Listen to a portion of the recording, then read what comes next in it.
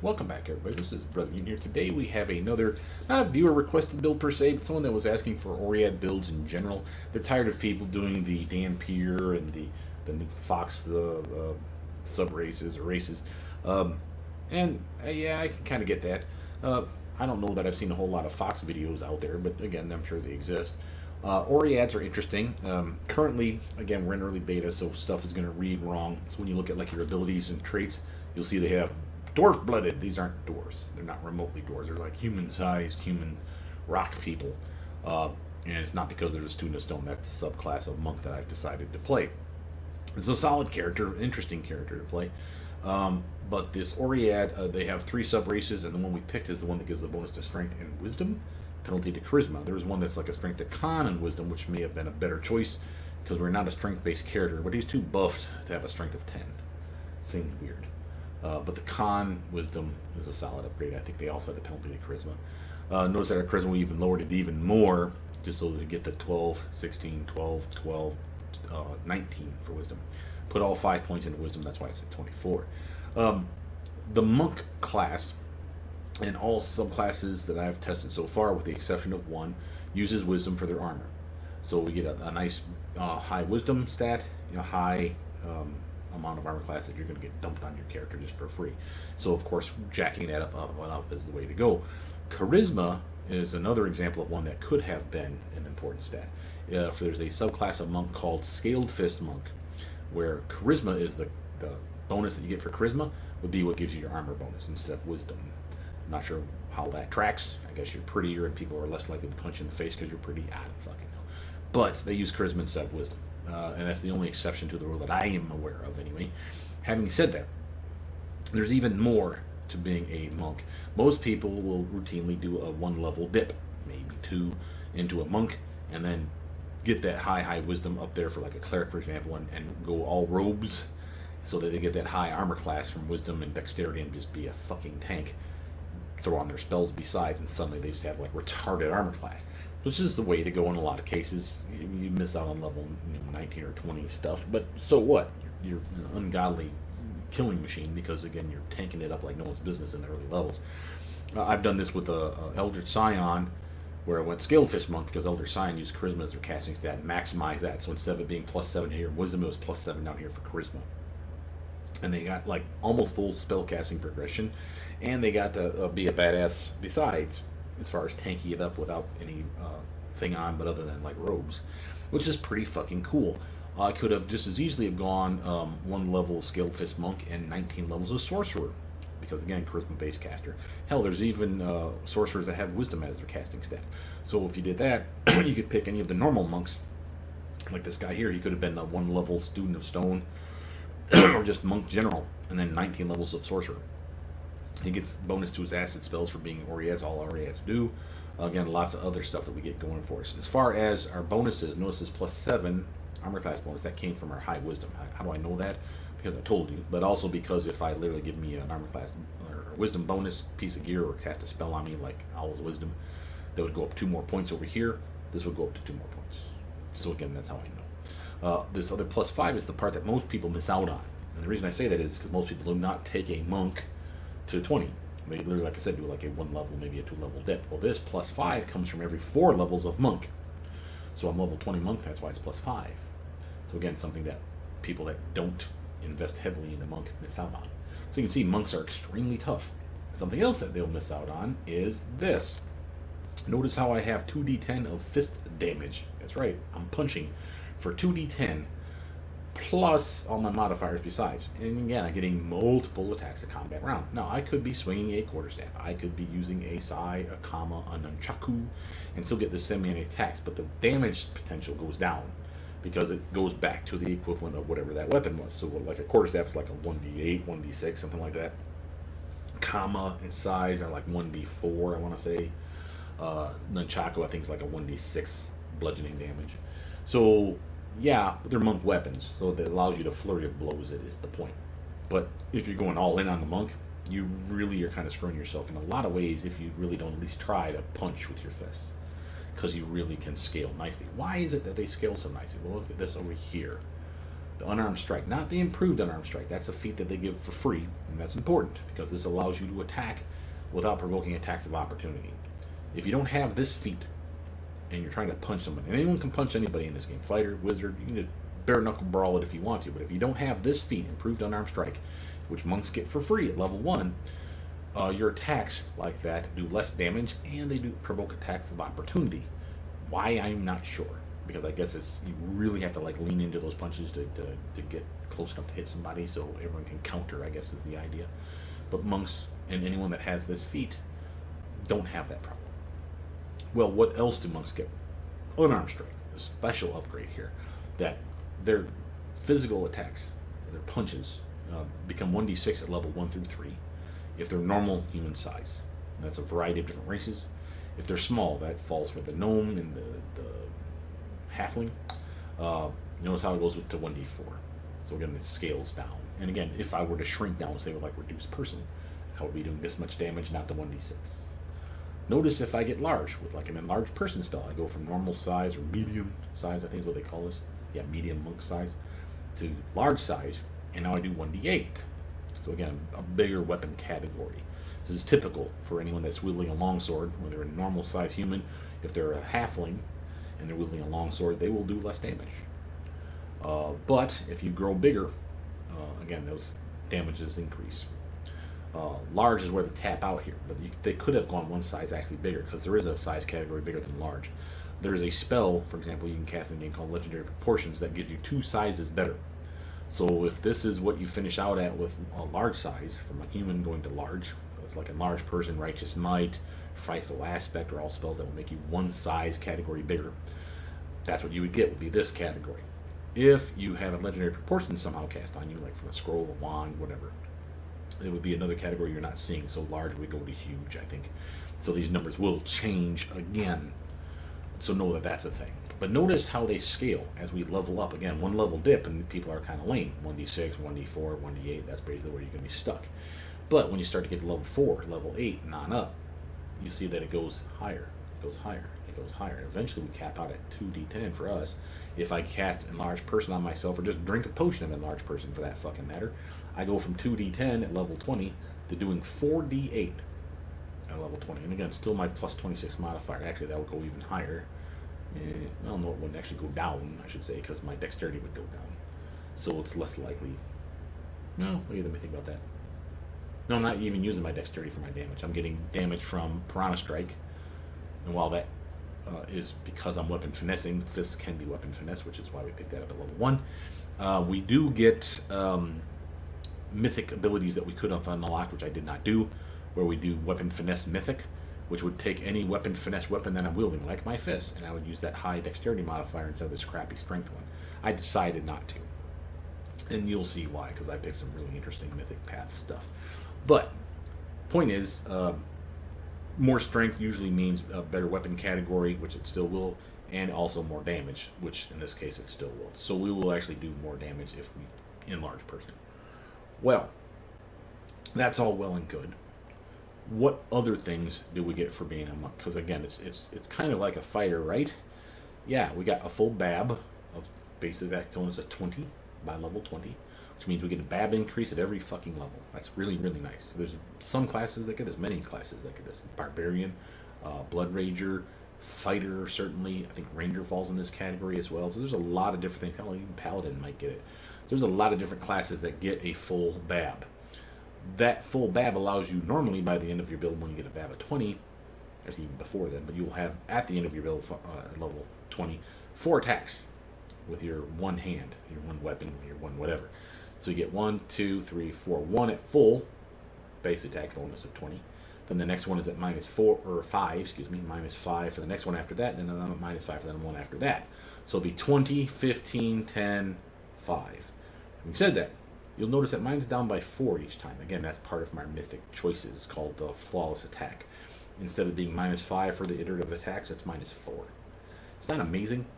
So basically I'm getting 1 extra bonus here, 2 extra bonuses there, 3 extra bonuses to swing there, compared to what it should have been. So this should have been a 24, this should have been a 19, this should have been a 14, this should have been a 9. So if that makes more sense to you, that's what you would have seen. Again, ways for me to make my character hit more often.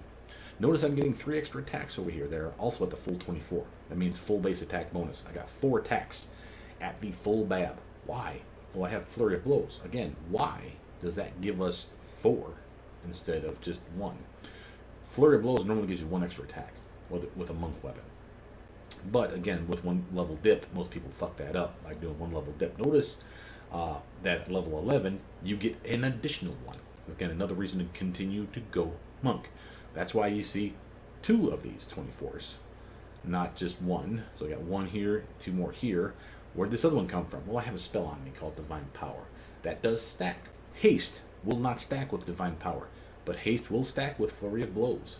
So again, I have multiple ways to get to 7 attacks in a combat round. That's pretty impressive. And 4 of them swinging at full potential, I mean, as far as their chance to hit, is pretty impressive as well.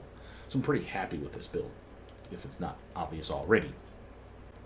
What else do we get? Well, Student of Stone is, again, unique. You have to be an Oread to play this character, and I'm fine with that, and it's a chance for me to flex a little bit on something that I don't normally do. You are using fists. Fists are normally strength-based. Melee attacks are traditionally strength-based, but you can finesse them. They're considered light weapons. So if you have weapon finesse, which we do at level 1, we picked it up, then we can now use that high dexterity modifier to swing at. We're still hitting for terrible fucking damage at level 1, just to be clear, not this beautiful damage you're seeing now. So at level 1, it would be doing, I want to say, what, like 1d6, wasn't it?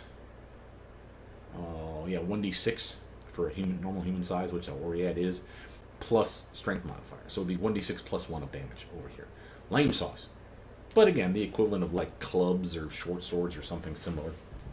So nothing great, nothing horrible. It's the bonus to your swing that you appreciate, that plus 3 to your swing. So that's why weapon finesse. We could have grabbed, you can't get fencing grace and slashing grace for fists, sadly. However, there is a piece of gear in the game, at least in Kingmaker there was, called it's a necklace, Amulet of Agile Fists. Amulet of Agile Fists allow you to use your dex modifier for your damage. It's free, well, it's not free, it's included in the next slot. So again, you use that amulet, you will get this pretty low dexterity bonus for your damage. Something that I could still gift myself right now. Obviously, you'd want to push that dex high. So plus 3 is nice, certainly better than plus 1, but it ain't, a plus 10 or anything like that. Let's not get crazy here. But I could get it to at least around a plus 7, plus 6, plus 8, somewhere around there for this low-ass dex to begin with. And again, that would not only be more damage, that would also be more attack bonus, so better chance to hit for all of my attacks. And it'd be more reflexes and more armor. So again, across the board, just nice things for going a dex-based route. Now, what other things do we get for being a monk or student of stone? Well, again, we got our Flurry of Blows. We also unlock Stunning Fist, again, for free. Something you could pick up for yourself if you started grabbing Improved Unarmed Strike. Let's say you wanted to be just a fighter that pretended to be a monk. You could totally do that. It'd be dumb, but you could, I suppose. Hell, I've played a Sword Saint before where my chosen weapon was fists. And instead of it giving me Improved Unarmed Strike, it used to, back in Kingmaker, way back when, they realized that was broken, and they took it away. But they would give you weapon focus fists, or unarmed strike, I should say. And that's good, it's not great. It still provokes attack of opportunity. So you would still have to pick up this feat, but it was easy to do. So a chosen weapon being weapon focus, unarmed strike. Then you pick the feat, improved unarmed strike, and you can make a pretty realistic sword saint. So a spell casting bastard that didn't have quite the same BAB, that didn't have quite the same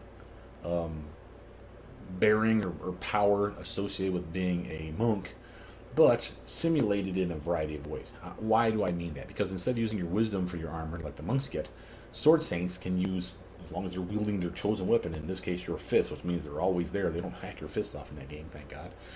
You literally get to use your intelligence modifier for your armor. And of course your dex as well too.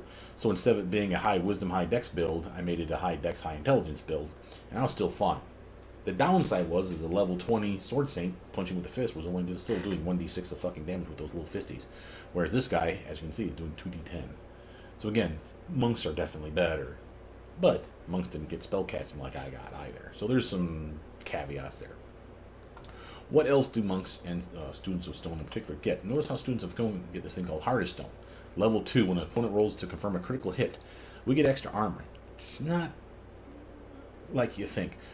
When someone rolls a nat 20, let's say, like we have a nat 20 to punch you and get a crit. All monk weapons crit on a nat 20, by the way. Or could. I should say it that way. Could crit on a natural 20. So what does that mean, could? You hit them guaranteed if you roll a 20. However, you roll again behind the scenes. The game does it for you. You roll again, and if you hit them the second time, it says, oh yeah, you really did a crit. And that's when a crit goes off. But on that second roll, that's where this +4 armor comes in. So again, it makes it harder for them to crit us. And that shows up at level 2. And again, something that, again, as a student of Stone, we get for free. What else do we get at level 2? Notice how we get Monk Feats. I got one down here at level 1 I forgot to show you. I got Dodge early. And the good news about these ones, for those of you who don't know, the feats that are in this list, I don't have the list in front of me, but like Crane Style, Crane Wing, Crane Riposte were definitely a part of that list. So was Deflect Arrows, obviously, and so was Dodge, which I've grabbed both of them. You do not need to meet the requirements if you're grabbing them as Monk Feats. So the Dodge requires a dex of 13 or higher. I have that, so again, no problem. But if I was a strength-based build, and there's plenty of reasons to do that, and I'll explain why, you could have had a dex of 12 or 10 or 8 or 6 or something horrible, and you still would have been able to pick up Dodge here. Just kind of nice. Same with Crane Style, Crane Wing, Crane Riposte. They require you have Dodge. Well, the only way to get Dodge is if you have Dex, right? Not true.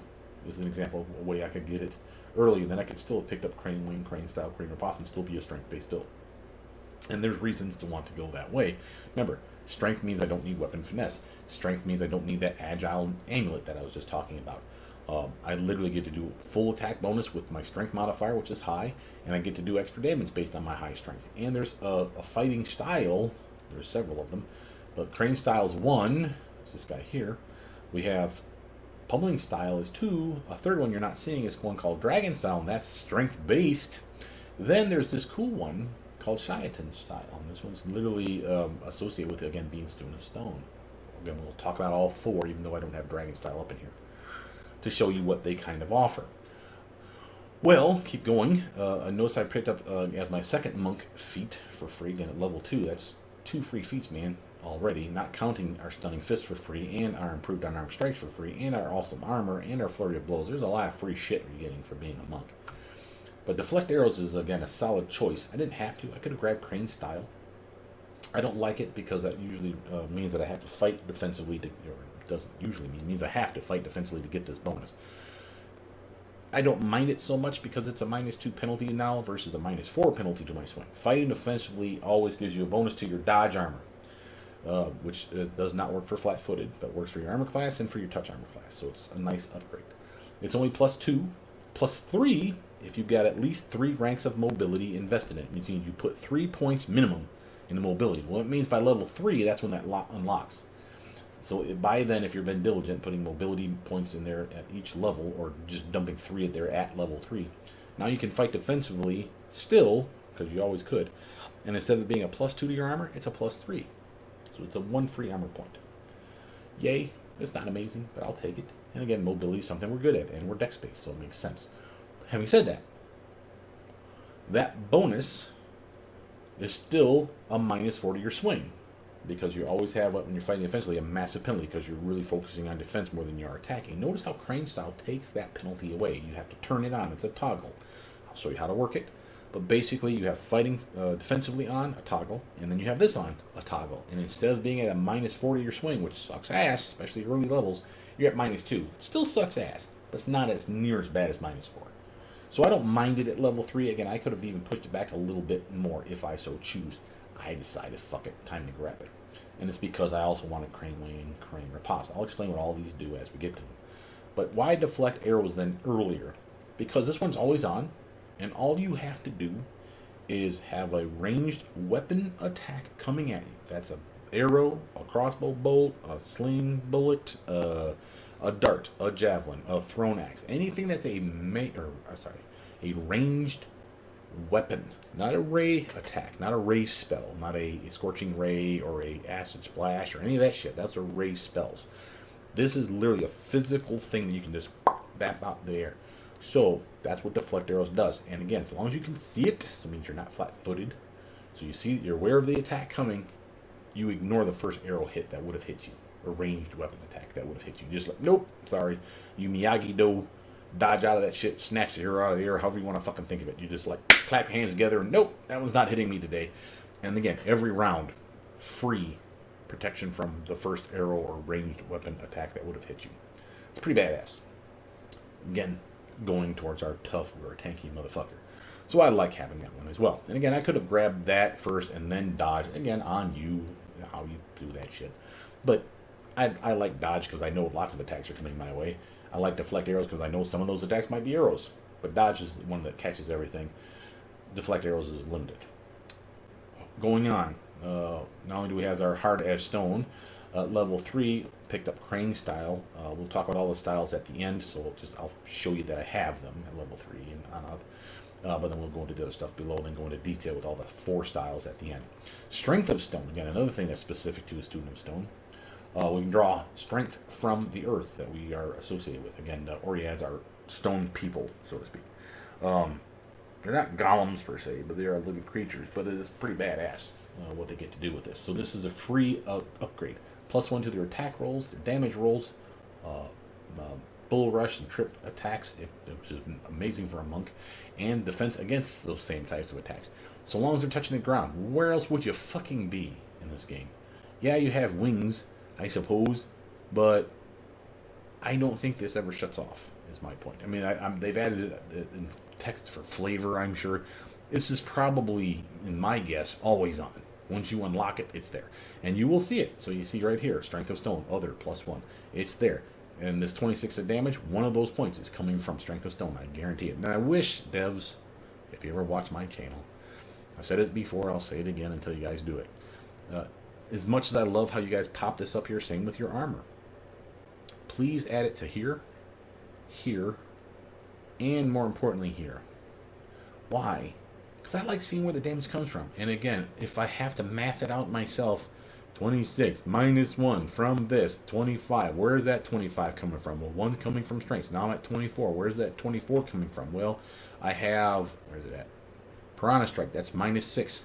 That's +12. Well, I also have Mythic Piranha Strike. So instead of -6 + 12, it's -6 + 18. So again, I got 18, 19, one more makes 20.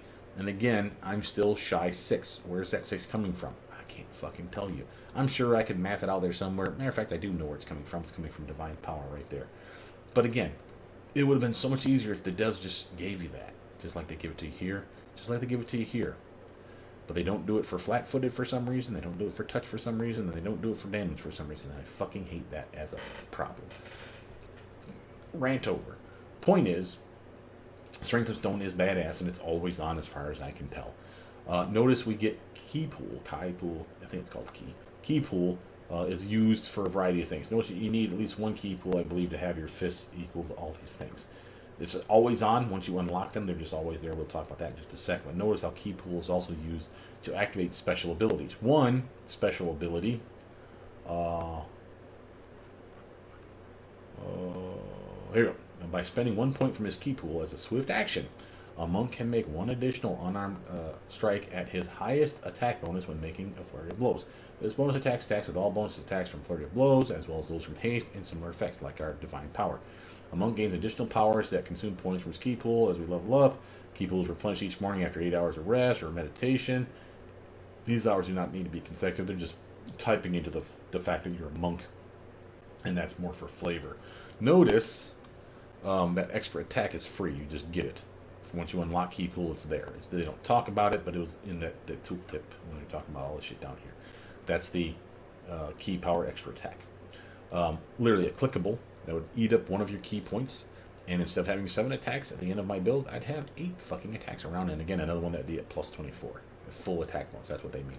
So again, beating the shit out of some stuff is what monks do better than most. I mean, like, fighters are awesome and all, don't get me wrong, but this, I mean, you'd be hard-pressed to find many characters that could hit you 8 fucking times in a combat round and have 1, 2, 3, 4, 5 of them be at your full base attack bonus. Jesus H. Christ, that's a heavy hitting son of a bitch. And then having to do 2d10 of damage, plus the modifiers behind it.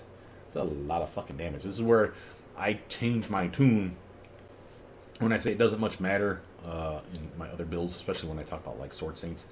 It doesn't much matter what weapon you get, because 1d6 is comparable to 1d4 in damage, which is comparable to 1d8 in damage. There's no weapon that's going to be like, woo, this one's going to be like, I'm going to be epic damage with this, because it does 2d4, not 1d6. It's not that big a deal. For frame of reference, just so you can understand why I don't fucking care, what is the average damage of 1d4? 1 is the minimum, 4 is the maximum. Add that together, now divide by 2. 2.5. Because 1 and 4 is 5, divide by 2 is 2.5. What's 1d6? A much better weapon. 1 is the minimum, 6 is the maximum. Add those together. 1 plus 6 is 7, divide by 2. 3.5. Woo, you did 1 more point of fucking damage. You are so much better than me. It's not that big a deal.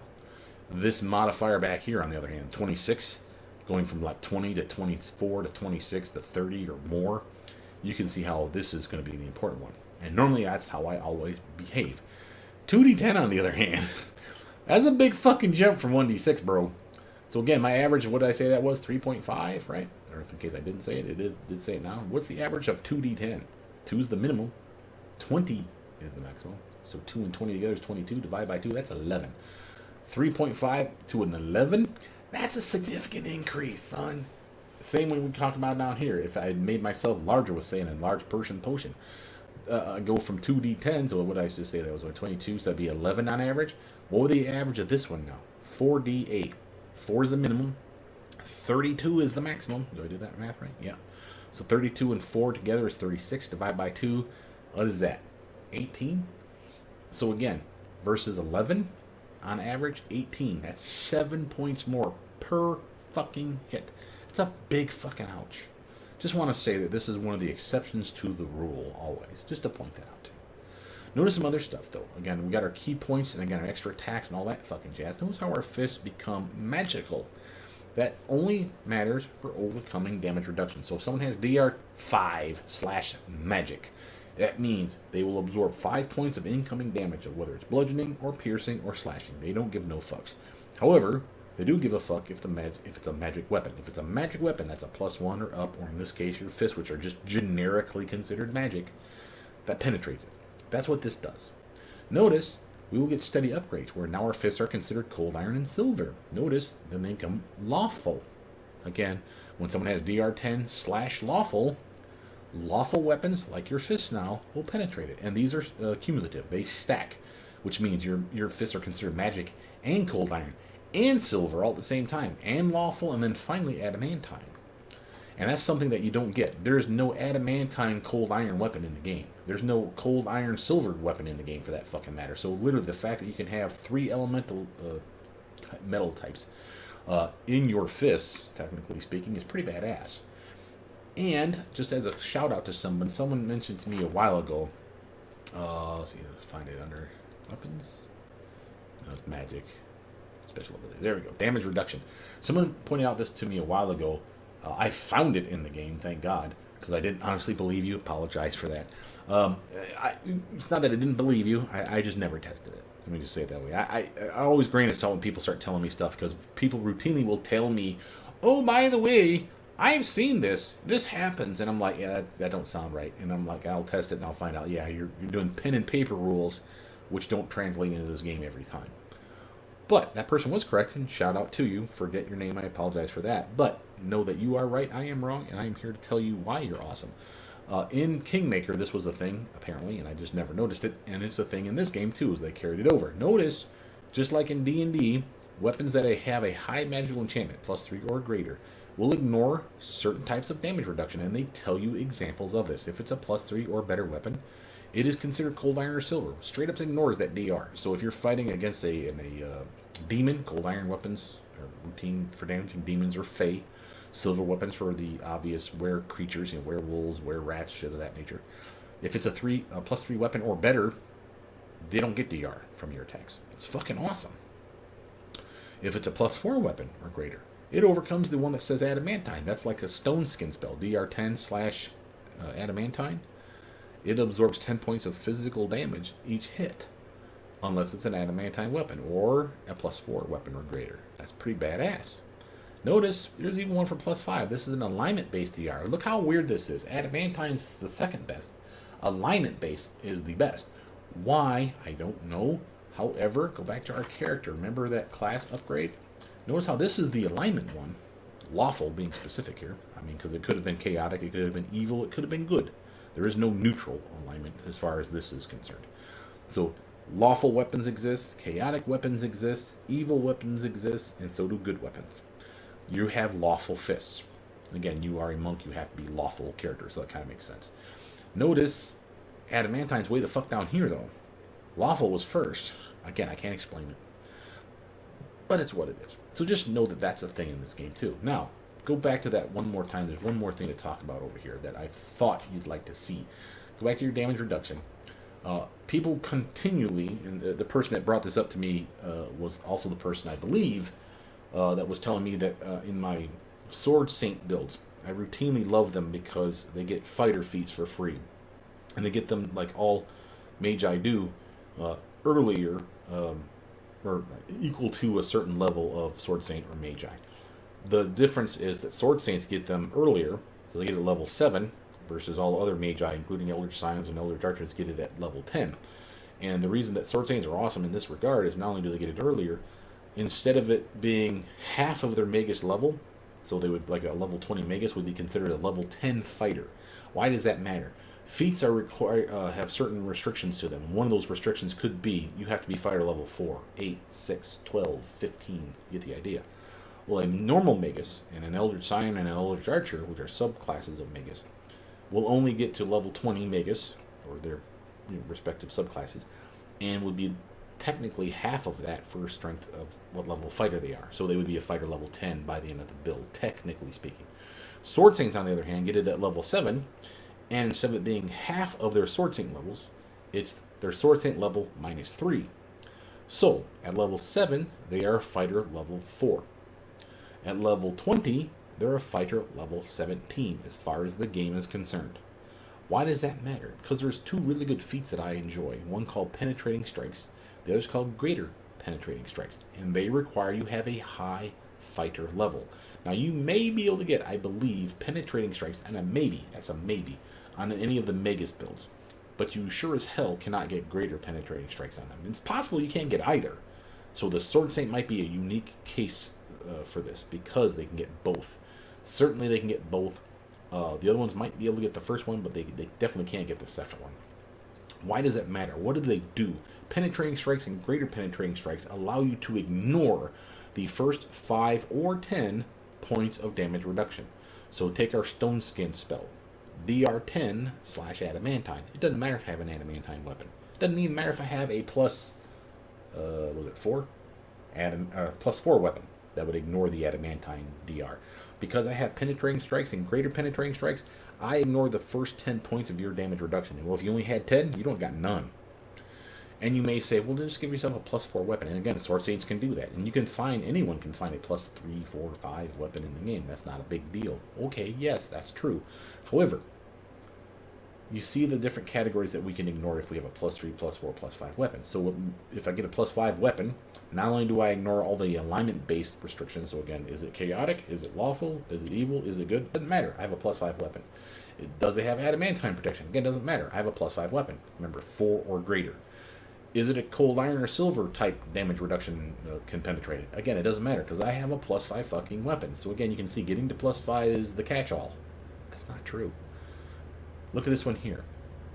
Some types of DR apply to all physical attacks.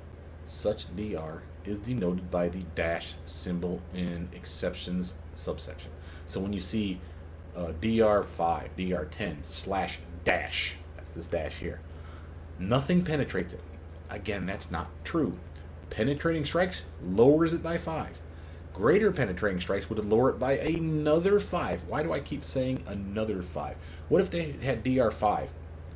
Penetrating Strikes would be good enough.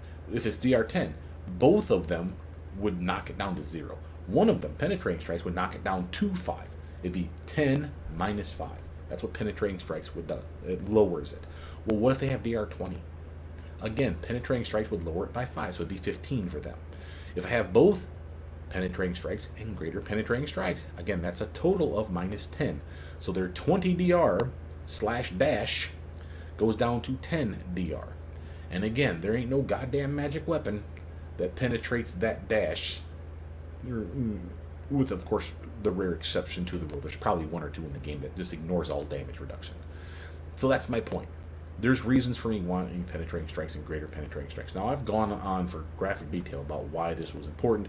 It has nothing to do with this build, but I wanted to point that out because I did find that the other day. I wanted to point out that, yes, they were correct. That is cool that it's in the game, and I just never knew that before. But that's badass.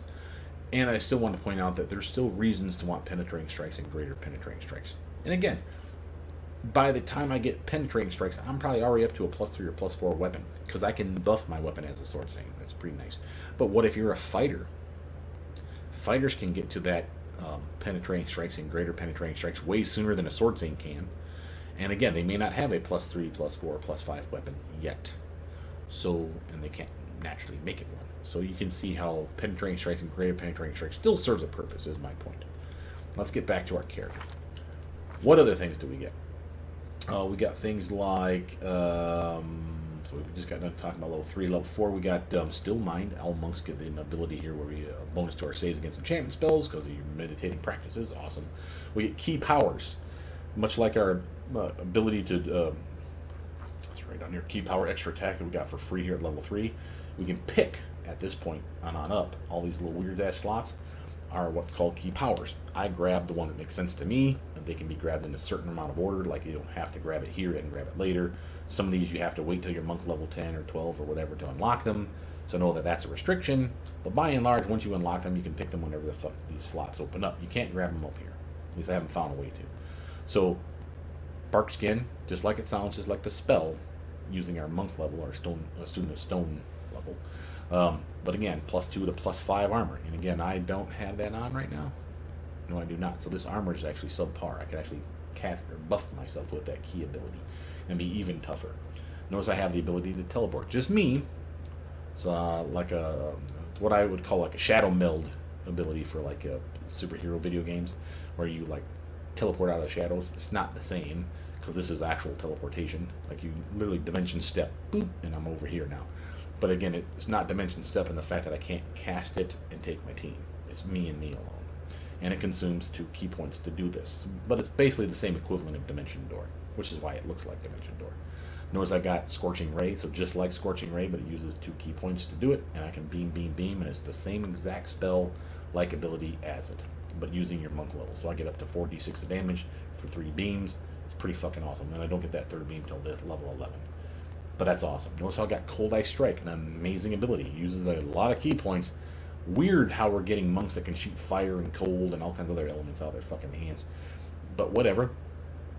I'll happily take it. It's a solid upgrade. And there's other things I did not take. This is not remotely the list. The other shit that is normally in here that you would be familiar with would be the stuff I didn't take, like the immunity to poisons and the ability to like heal yourself as a monk can. I'm not taking those because I don't give a fuck about them. But you could. And so that's the thing. Notice I did take one of them. It's called Diamond Soul.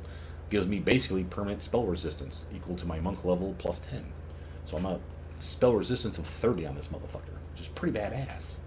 So kind of nice. Now, yeah, I grabbed it a little late, but I can't remember when I could have grabbed it. I might have been able to get it like at 18. I could have even at like 16 or earlier, but I wanted the spell-like abilities first. A, because I couldn't cast spells until I unlocked my mythic path. And B, I just like the idea of the Kaiokenin motherfuckers and just, you know, like hitting with the fucking fireballs and all that cool shit. But again, solid upgrades here. Notice Quivering Palm. This would be one that you do remember from your D&D days. The Demak, the Death Touch, the Quivering Palm. I slap you in the inner part of your groin and you crumble and now you're paralyzed for the rest of your fucking life. Kind of shit. Well, this one is just a straight up Death Touch. So, the Demak. Pretty badass.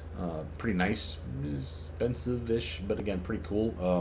But 4 key points, that's a lot of key points to burn on a chance to just kill somebody. Pretty good, though. Notice how it's your Fortitude saving throw is equal to 10. Your DC check, sorry, you have 10 plus half your monk level, so 20 and 10, so 10 and 10. Plus our wisdom modifier. So the higher your wisdom, the more likely it is to land. So that's kind of cool.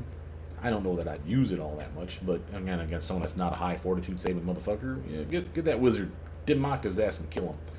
Probably just be easier just to punch him multiple times till he dies. But whatever, do what you do. Notice that they even get Shout. Now this one, as much as I think that, you know, the Scorching Ray and the Cold Ice Strike is weird, this one's also weird. However, almost like it. I mean, I like the spell ability, so that's why I grabbed it. To me, this would be where you'd grab Key Shout. This is an actual spell that's in the game. Ear-piercing scream is the weaker version. Single target, like 5d6 of damage, of sonic damage. I would not use it here. You could have given me ear-piercing scream as one of these picks, and I would have been fine with it. You know, the channeling your inner key to fucking scream at someone and damage them that way kind of makes sense versus shooting fire from your fingertips. I mean, what the fuck is that weird-ass shit? But whatever. But instead of shout, where it's a big cone and lane damage, let's just say it 5d6. Oh wait, no, this one is not lane damage. My apologies. Target takes 1d6 assigned damage per level, maximum of 20d6. Jesus Christ, this is better than shout or greater shout for that matter. Oh, never mind. This is an AoE. Right? Something like assigned straight opponent target. No, this is exactly what I wanted then. Oh, I need to read tooltips. My bad. There's a spell called Key Shout in the game, and it does exactly what this is describing. Awesome. I learned something new today. I went by the fact that it's Shout is the name of a spell in the game. It's a cone. This is not a cone. I would want the one that's single target. So this makes sense. I'm screaming at someone so badly with my key powers that I'm literally like making that motherfucker take a hard amount of single target damage. That's cool. Okay, never mind. Love it. And again, other stuff that could have been grabbed in here. Notice we also get these 4 abilities down here. We're getting like weird shit like Shattering Punch, Defensive Spin, Leg Sweep, and Hammer Blow. These are the only 4 you can pick from that I saw, at least for a Student of Stone. Maybe it's different for other monks, but for the Student of Stone, this is the only choices you had. And you had every choice, or sorry, you could choose any of these 4 here. And then the other 3 here. The last 2 here, and the last one had to be picked at that point. So when you grab them, if you're going to make a purist build, you're going to get all 4. Just decide what you need now. Notice I went with Shattering Punch first. Let's talk about these because the order of them was kind of important to me. And it is a guess. I could be completely fucking off base here. But let me explain my logic. Shattering Punch, again, a clickable. I click it, I attack somebody. The monk delivers a brutal punch that can penetrate defenses. If the attack hits, it bypasses damage reduction. Any damage reduction. See that part? That's any. That means any. So they have DR 10/dash, like we talked about a moment ago, and they just said there's no way of making it go away except for like penetrating strikes and greater penetrating strikes. That's not true. Shattering Punch can make it go away. That's awesome. Notice it also takes away hardness, and I don't know what hardness is. I thought it was fortitude. There's an upgrade to your armor, physical armor, your plate mail and your chain shirt and shit like that, where it's called, there's like 3 categories of it. I want to say it's light, medium, and heavy fortitude. And that literally gives you like protection, like 25, 50, and 75% protection from, I want to say, critical hits, maybe even sneak attack damage. But that's not hardness, I don't think. So I'm not sure what that means. Hardness, to me, and again, I could be way off base here, but in D&D, hardness is usually like if you're trying to punch a stone, a wall, the iron bars of your cage, you know, whatever. That has a hardness to it. Doesn't have an HP per se, but has a hardness, and the harder it is, the harder it's going to be for you to break or mangle or bend that thing. So Shattering Punch would be something like it says, shatters X. Think of, if you need a real-world explanation of this, I mean, I know it's movie magic bullshit, but think of your Karate Kid movies. The one where, I want to say it's number 2, where they're over in Japan, and he's using the drum technique. Yeah, not that drum technique, that's not what I care about. I'm talking about where he's literally on the beach, dealing with his former friend, one that hates him. This is Mr. Miyagi now. And he has the guy's pinned by a freaking tree or a fucking massive fucking railroad log. And he's pinned by it, and he needs to get out of it, and Mr. Miyagi cracks the damn thing. That thing would have a hardness. Okay, so that's what Shattering Punch would do. He did a Shattering Punch on that fucking tree branch or the trunk of the tree or whatever it was, and broke it, not the guy, to help him out. That's my explanation for this. And again, I could be, like I said, way off base here, but I don't know what hardness is right now, and I've yet to find an explanation for it. But Shattering Punch earlier, and now you may say why. Again, look at what it does. The first part, anyway. Bypasses damage reduction. Well, again, we'll have that. Look at we could to bypass adamantine and anything that has dr/something dr a number /lawful or dr a number /cold iron or silver and magic, and you get the idea. But that does not include everything. This says it does. That's why it's more important, I would say, to get this earlier than later. Okay. Now, what about these other ones? Well, these ones are kind of flavor. They're good. Don't get me wrong, and there's reasons to want one over another earlier than later. Again, it's going to be on you to pick. But let's talk about what they just do first. Defensive spin. I activate it. I attack a bad guy. And again, if I hit that dude, is what I'm understanding, I'll get a +4 dodge bonus, which dodge bonuses stack. That's your dexterity modifier. That's a dodge bonus. Dodge from the feat dodge. You see it up there? Dodge +1 dodge. That literally is where that came from. The feat dodge. The one I grabbed here at way back here at level 1. That's dodge. And again, that's a bonus that stacks with other dodge bonuses. So you see I have dodge +1. I have dexterity bonus +3. That's still technically dodge. This is another +4 to dodge. Fighting defensively is a dodge bonus. Crane style, that gives me a bonus. That's a dodge bonus. The other 4 that I get from Crane Wing is another dodge bonus. So they all stack. So that's awesome. Here's another one that stacks and another +4. And again, it has a real world counterpart, or at least an in-game counterpart, let's say it that way. This one, Shattering Punch, feels a lot like Penetrating Strikes, Greater Penetrating Strikes. It's not the same, but it's similar enough that that's how I fit it in my brain. And again, monks do it. Monks are awesome at it, and it makes sense they get it for free if they pick it up at a certain time. What does defensive spin feels like? It feels like Crane Wing, Crane style. Like you're getting extra armor, only for 1 round. I hit you in the face, and I'm setting it up where I'm, attacking you, but I'm setting myself up position-wise where I'm getting a bonus to your follow-up attacks.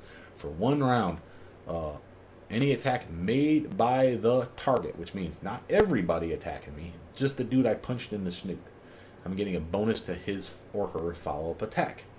Awesome. What about this one? Leg Sweep. Feels like Trip. If you read it, it is basically Trip. It is not the feat called Trip. We did not grab Trip. Should have, didn't. And there's a reason for that. I'll explain why later. I thought maybe this would count. It does not. It does everything that Trip does, more or less. You hit a dude, if the attack hits, you're basically doing a free Trip attack on the motherfucker. So it does more than Trip, because it actually can hurt you too. I get to basically punch you or leg sweep you and hurt you that way. And if I succeed, then I get to free Trip your ass. So they knock their ass prone. And there's still the check to make sure I trip you. Remember, there's still that combat maneuver thing that they do. So that's why it says it's a free Trip attempt. That doesn't mean it's going to work. It just means it's going to try to do it. So I'll hit you, I'll do damage, and then I'll try to trip you in the same motion. It's awesome. That's why I said it feels like Trip. It's not Trip. Why do I say that it's not Trip? Because there are feats, for example, that you need the feat called Trip to unlock it. An example of that is if you see here where it says Pummeling Bully, prerequisite for Pummeling Bully is Pummeling Style. Also, a prerequisite for Pummeling Bully, doesn't say it in here, is Trip. This is not Trip, therefore I could not pick up Pummeling Bully, which is why I ended up grabbing Metamagic Extend. Now, could you say, well, grab Trip? I could have grabbed it here instead of Crushing Blow. I wanted Crushing Blow instead. I could have grabbed Trip, and then I could have grabbed Pummeling Bully. And there's some fun to be had with Pummeling Bully. When you use Pummeling Style to make an entire full attack or flurry of blows against a single target, if you hit with any of your attacks, you free Trip, motherfucker. How fucking cool is that? You're just beating your ass, I'm beating your ass, I'm beating your ass. Oh, by the way, I'm tripping you. You're just wailing on this fucking dude. So you can see the appeal here. Some serious fun you could have had with that. And again, I needed Trip to do it. I chose not to. I could swap stuff around. Like I grabbed Blind Fight. I don't necessarily need it. But you're a fucking monk, man. How do you not have Blind Fight? Well, there's a way around that. I'll show you that in a second. But again, my mistake was the fact that I thought Leg Sweep, because it behaved like Trip, that I thought that I was getting Trip for free. It is not. Notice this one. The last one. Hammer Blow. Monk links his hands together, swinging both arms like a club, and just whamming on a dude. If the attack hits, the monk rolls his unarmed strike damage, this 2d10 here, not the 26, the 2d10, twice. So 2d10 becomes 4d10, if you will. Adding both rolls together before applying strength and other modifiers to the damage. That's why I say not counting the 26. So it'll be 4d10 plus 26, not 4d10 plus 52. But 4d10 is better than 2d10. I think we can all agree on that. Now, the downside of this, this bonus damage is not multiplied on a critical hit, so there is that. Also, I mean, you still get the 2d10 getting multiplied. So again, instead of it being 4d10, it would go up to 6d10, because times 2, technically speaking. So there's, you still get more. So it's not like you're getting screwed if you got a crit or anything like that. It's just you're not getting like way higher than you thought. And it's not going to work that way. But what does this one feel like? This one's almost word for word exactly like a feat in the game called Vital Strike. Again, something that anyone can grab. A monk can grab this. Vital Strike literally takes whatever weapon you're using, in this case your fist, but if it was a sword, you could Vital Strike with it. If it was a quarterstaff, you could Vital Strike with it. It has to be a melee weapon, I believe. But what Vital Strike does is it takes all your attacks, boils it down to just one, and you swing with one swing. If you hit, you do double the amount of damage, of the weapon damage. Again, not the 26 here, just the 2d10 becoming 4d10. That's Vital Strike. That's exactly then what this is. But the Vital Strike is kind of better. How is it better, Brother Mean? Well, glad you asked. Vital Strike is a okay feat. There is 2 follow-up feats to it called Improved Vital Strike and Greater Vital Strike. Again, you notice I didn't grab them, but this is what this one feels like. An Improved Vital Strike, instead of it being double, it's, I want to say, triple. So if it's like a 1d6 sword, it does 2d6 with Vital Strike. If it's a Improved Vital Strike, then it goes to 3d6. If it's Greater Vital Strike, that 1d6 sword will do 4d6 of damage and then your modifier.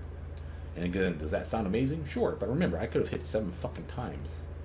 That does sound less amazing, right? So, not that cool. And again, maybe would have been better earlier than later in the build. But again, I wanted this one. I wanted the armor. Then the leg sweep, because fuck it, and here. So maybe I'd switch this around a little bit. But still, it's less impressive. I'm probably not using that. And let's be honest, I'm probably not really using these all that much unless I'm really coming across a hard, heavy-hitting opponent where that extra 4 armor class can come in handy. I'm probably not using any of this weird-ass shit. But it is there, and it is flavorful, and I do dig it, and I just need to probably toy with it a little more to get a good feel for when this comes along and be awesome. What else do we get? We're not done. Before we remember, we haven't talked about our picks yet, let alone our mythic path, because there's some serious fun to have here. But let's talk about some of the other free shit we get. So, not only do we get our still mind and our purity of body, and our immunity to magical diseases, man, that's, and any diseases, magical or otherwise, that's fucking amazing. This is one of the reasons people like playing monks as well as paladins, because the immunity to fear, immunity to poisons, immunity to diseases, makes those 2 classes just fucking monsters. Especially when you're fighting like mummies. A routine joke in our old D&D days was you'd have a paladin on the team, and everyone else helping the paladin, and we're clearing out a fucking crypt of some kind, and a mummy or mummy lord, God forbid, fucking shows up. And after the fight's over, the paladin wipes off the sweat and blood from his brow, fucking just grateful that the fight's over and the mummy's finally put to rest. And he turns around, that's a tough fight, right, guys? Guys, where'd everybody go? It's because of the fear. Mummies, not only do they do all the disease, there's a massive fear effect associated with a lot of these undead that you guys are fighting. And again, paladins of a certain level are straight up immune to both those things. So they're like the last guy standing just in the room, just fucking just trucking it out. Like, yeah, you will fall at my might. Monks are very similar in that regard. Whereas everyone else is like fucking either diseased, dying, or fucking rotted, or they're literally like hightailing it out of the fucking crypt without even any regard for their life or well-being. They're just like running down trap halls and shit, just going, because they're fucking batshit scared. So it's a routine thing, and I love that they added it to this game. That it's flavorful for a reason, and they put that in here. And it may not impact you all that much in this game, but hey, man, immunities are power. And that's some fun right there. So that's pretty cool. Notice I should have pointed out that not only do you get Stunning Fist, you get upgrades to it later where you can do a Stunning Fist where you can do a Fatigue effect instead of a Stunning effect. Or we can do a Sickening effect instead of a Stunning effect. Toggles that you basically, or clickables that you can turn on, because you have certain many uses of Stunning Fist in a day. And these use up the same number of uses. Notice we have something here called Elemental Fist, and that was given to us free thanks to this. Student of Stone bonus feat. It says if you pick it, which I don't understand that because you have to pick it, I think. Maybe I wasn't paying attention. I just said, ooh, shiny, and I clicked it. But I think this was just given to us. For every other monk that's not you, not a student of stone, every other monk, they get this ability called Elemental Fist, if they get it. If you pick it, you can turn this on, and you get to choose what kind of elemental damage your fists do. So again, acid, cold, electric, or fire. The 4 of the 5. No sonic punching for you. Sorry. But lame damage is like 1d6 of damage, but there's upgrades to it besides, as we'll see. But it's pretty cool, and again, it's a way for you to do something that, again, a monk wouldn't normally do, elemental damage. So it's kind of cool, especially if you need to like down a troll or something that's like immune to everything except for fire or acid or cold or electric. You got the ability to fuck them up. Well, for you, you don't. You can only turn it into acid. Why? Because probably because you're a student of stone, and because of that, remember you're an Oread. Oreads have an affinity with acid. They're earth elemental children, so to speak. So acid affinity makes sense that they limit it to only acid. So it's still cool. You get to do a little 1d6 of acid damage on a punch every so often, which is kind of cool, but it unlocks other things. Notice how it unlocks at level 10 Shaitan style, Shaitan skin at level 14, and Shaitan Earth Blast at 18. And again, you don't have to pick them, I don't think, but I did because fuck yeah, I want those. We'll talk about them at the end, but because they're a style. The Shaitan style, like our Crane style, like our Pummeling style, like the Dragon style, which we did not pick. So there's at least 4 styles of fighting in the game, and there's be more when modders come along, because modders have added a lot of styles to your Kingmaker game. That's why I want to talk about the ones that are in this game first. But that's the thing that we've unlocked, and part of that comes from Element of Fist. Part of that also comes from the fact we're getting it for free. Notice Bones of Stone, again, another thing we get for being a student of Stone. We can burn a key point as a swift action, which is not bad, because that means we can still attack in the same round.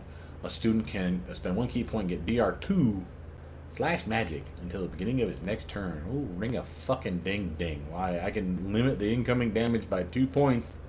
Maybe. Unless it's a magical weapon, which is common as fuck, especially by this level. Whatever. I guess it's there. And it only lasts 1 round. Fuck you, game.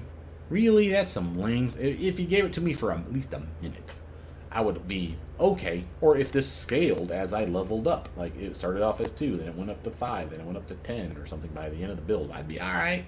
I'd burn a point on that for 1 round of protection. 2 is some shit. But it may save your ass. I'm not going to say it's garbage. I'm not going to say it. Level 10, it does get an upgrade where you still spend 1 point, and now it becomes DR2 chaotic until your next turn. Now I'm assuming that the magic's still applicable. So it's probably magic and chaotic. But again, if it's a chaotic weapon, it's probably a magical weapon as well. But it's still only 2. At least at 15, it becomes 5. DR5 chaotic until your next turn. So at least at 15, you finally get an upgrade that's worth something. But it's still kind of shiz. But whatever. It's there. You'll not use it. I don't care. Notice we get Body of Stone. I kind of like this one. Remember we talked about how where's that punch at? Your Shatter Punch bypassing any damage reduction or hardness, and I couldn't understand what hardness was. I thought originally that it was fortification, like light fortification. And again, this is the stuff that's an armor property. There's light, medium, and heavy fortification, and I believe those protect you 25%, 50%, and 75% of the time from sneak attacks / critical hits. I can't remember if it's both of those. It's definitely criticals. In this case, since it's light, it's only 25%. So what does that mean? If I were punched, or swung a weapon, whatever, if I got critted, they confirm the crit. Because of this, they would roll behind the scenes. Again, it'd be over here in your combat log, maybe. But they would roll on 1d100 die roll. And if it's 25 or lower, I would not be crit. It would just do damage as normal. If it's above the 25, full crit potential. Okay? So that's what that does. And again, always on. No key points burnt. It's just there. And I love that part. So you're less likely to be critted. Not amazing. And again, remember, you also had your, where did it go? Hard as Stone, the +4 extra armor to avoid being critted. So you not only avoid crits when they do come through, thanks to this guy, it might just be straight up ignored. And you still take damage, you're still hit, but it's not crit. No, sorry, no, 25% of the time. No, you're mistaken. You really didn't crit me. Body of Stone. And that's kind of cool, and I kind of dig it. This is one of those where there's an earth elemental being-ish kind of person. That's kind of badass. Again, we got our Shaitan stuff we'll talk about later. Soul of Stone. This one, again, remember I talked about I could have gotten rid of things like blind fight, but again, how can you not have blind fight as a monk? I mean, kind of like a monk feel to it, right? Like when you get the pebble from my hand, even though my hand is made of pebble. Blind fight is like a staple. I mean, it's about as monk as you can get, as flurry of blows and fucking using your wisdom for your armor and all that fucking jazz. Blind fight just kind of feels right, doesn't it? I don't need it though, and it's because of this. And it's not to say that this is the same as blind fight. They're drastically different. I'm giving blind sight to my character temporarily, and I mean temporarily, because it's only one fucking round, and it uses a key point to do it. But it is a swift action still. At level 12, we get the ability to do Soul of Stone. We click it, and for a 15-foot radius around you, you have what's called Tremorsense, which is basically the equivalent of blind sight. Again, not the same thing as blind fight. They sound alike, they're not the same. But they're close enough that I'm not going to quibble. I'm happy with that. I'm happier still at 16 and on up. You get it out to 30 feet, which means you can extend the zone of you feeling the earth, basically, hence the Tremorsense. And if you want an analogy or an image in your head for what this kind of reminds me of, there's a excuse me, there's a anime. This is where I'm going to pull it from, because I've seen it in a video format, but I'm sure it actually exists. Probably it's like a book. But the Last Airbender, there's a bender of all the elements. So there's the airbender, waterbender, earthbender is one of the groups of people. And one of the best ones, I can't remember her name, but she basically has the equivalent of this Tremorsense. She is a blind fighter, monk type person, martial artist, we'll just say it that way. And she can bend the earth, but she can also feel tremors in the earth. Because she's blind, she doesn't know when people are going to attack her, but she can tell where their feet are positioned, or the body, or their hands, whatever's touching the ground. She can feel the ground, so she can sense when they're coming at her. It's how she fights. That's what this feels like to me. And again, it's kind of cool. Downside is you burn it up fucking key points like they're fucking Skittles, man. Just chewing them every damn round to make sure you can sense where the bad guys are at. So that's bad. But at least it's there. So again, if I wanted to get rid of this to get that trip, so I can get rid of this and grab that, what's that bully thing, the pummeling bully, I could do that, I suppose. But this does give you more than that. And that's why I say they're not the same, but they're similar.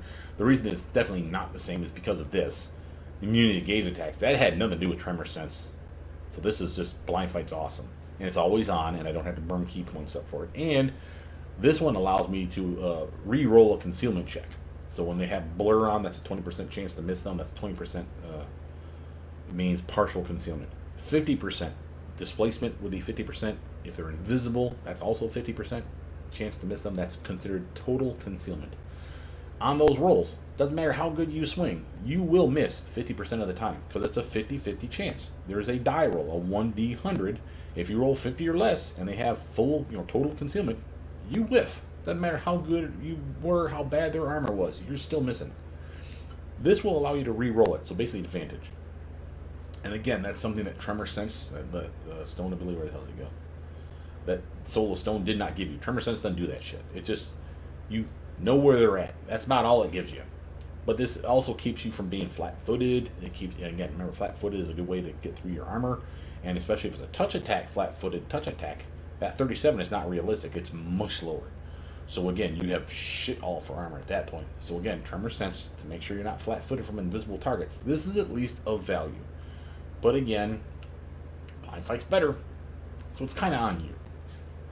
Other stuff, again, the Shaitan skin, we'll talk about that. Same with our Shaitan Earthblast. Notice at level 20 that we get some weird shit like Kai Power, again, a power, called Perfect Self, where we can click it. I assume I can't find this thing in my tray, so this is probably a bug report. Usually, either there, it's perma, or it's always on. But it says Kai Power. That makes it sound like we're using Kai points to use it. But you get DR10/chaotic, and you may say that sounds awesome, and it is. Remember that you're absorbing bludgeoning, piercing, slashing attacks up to 10 points. Anything that exceeds the 10 bleeds through, but you still subtract the 10. That's what that damage reduction means. Hence reduction, not just damage immunity. So this will protect you from stuff unless it's a chaotic weapon. What does that mean? Well, it usually means the weapon is enchanted in a way just like our fists are lawful down here. There's chaotic weapons in the game. Also, there's demons that are so chaotic that their natural claw attacks or bite attacks or their tail slaps or whatever the fuck else they got for you are considered chaotic weapons. That would penetrate this. And yes, that would suck. But at least you have something. And we had the other version. Remember, where did that go? We have an upgrade that made us stony. Bones of Stone. Here it is. DR2/magic. DR2 chaotic. DR5 chaotic. Now it's DR10 chaotic. So this is trumping all of it. Right? This is clearly better than the 2 or the 5. However, look down here. You also have this thing called Stone Self, because specifically for a student of Stone, and again, explain this one to me, why would you need this when you have this? There's one thing in here that's useful. It's this last part of the sentence. And Tremorsense for 20 feet. That's perma. That's always on. At level 20, that Tremorsense ability that we had here, that you click, this one goes out to 30 feet. This one's always on at 20. Do I need to click this one then anymore? Well, if I need to feel out 10 feet farther in a big fucking circle, yeah, I suppose. So this is nice that this is just always on, is my point. And again, still want Blind Fight, but it is nice that that's perma now. Notice this one has a DR5 Chaotic. That's the same exact fucking shit as this one, except this one's 10. They do not stack. It's not 10 and 5 make 15. It's 10 or 5, whichever is the greater works. They're both DR a number / chaotic, so they both protect against all physical attacks unless it's a chaotic weapon. So this one is just as meaningless as that one against a chaotic weapon. The 5 is worse than 10. It's like they don't even need to give you this unless this one is, and this one's on permanent and this one is a clickable. But like I said, I can't find the button to click to give me this. Now maybe it's baked into Bones of Stone. Maybe that's the thing I'm missing here, where what's it called? Perfect Self is now tied into the Bones of Stone. Or if I click this, instead of it giving me DR5 chaotic, it'll give me DR10. I haven't tested that. I don't know that, but it doesn't sound like it should, because this has the name Bones of Stone. It doesn't say Perfect Self. To me, there should be something in your tray that says KP or Perfect Self in some kind of picture where I can click it, and then I would get that bonus. I don't see it. So again, some weirdness there. Other stuff. Let's talk about our fighting styles. It's been over an hour. It's about time we start talking about how to fight. So we have Crane Style, Crane Wing, Crane Riposte. You'll find that routinely with the styles that we have in this game, there's 3 feats associated with them. So like I said, you start with the style, and then it unlocks the ability to grab 1 or 2 of the other things. And you can choose to not grab them, but I think you should grab all 3. What does Crane Style do? First, when you fight defensively, you're at a -4 penalty, period. It's a +2 to your armor, dodge armor, so again, this category here, and touch armor here, but not flat-footed. So it's a +2 to your dodge, which stacks with other dodge, which is awesome. +3 if you get high enough mobility, which means you only need to put 3 points in it, which we definitely did. I put 20 in the motherfucker. So you're still going to get 3 extra armor instead of 2 extra armor. So that's nice.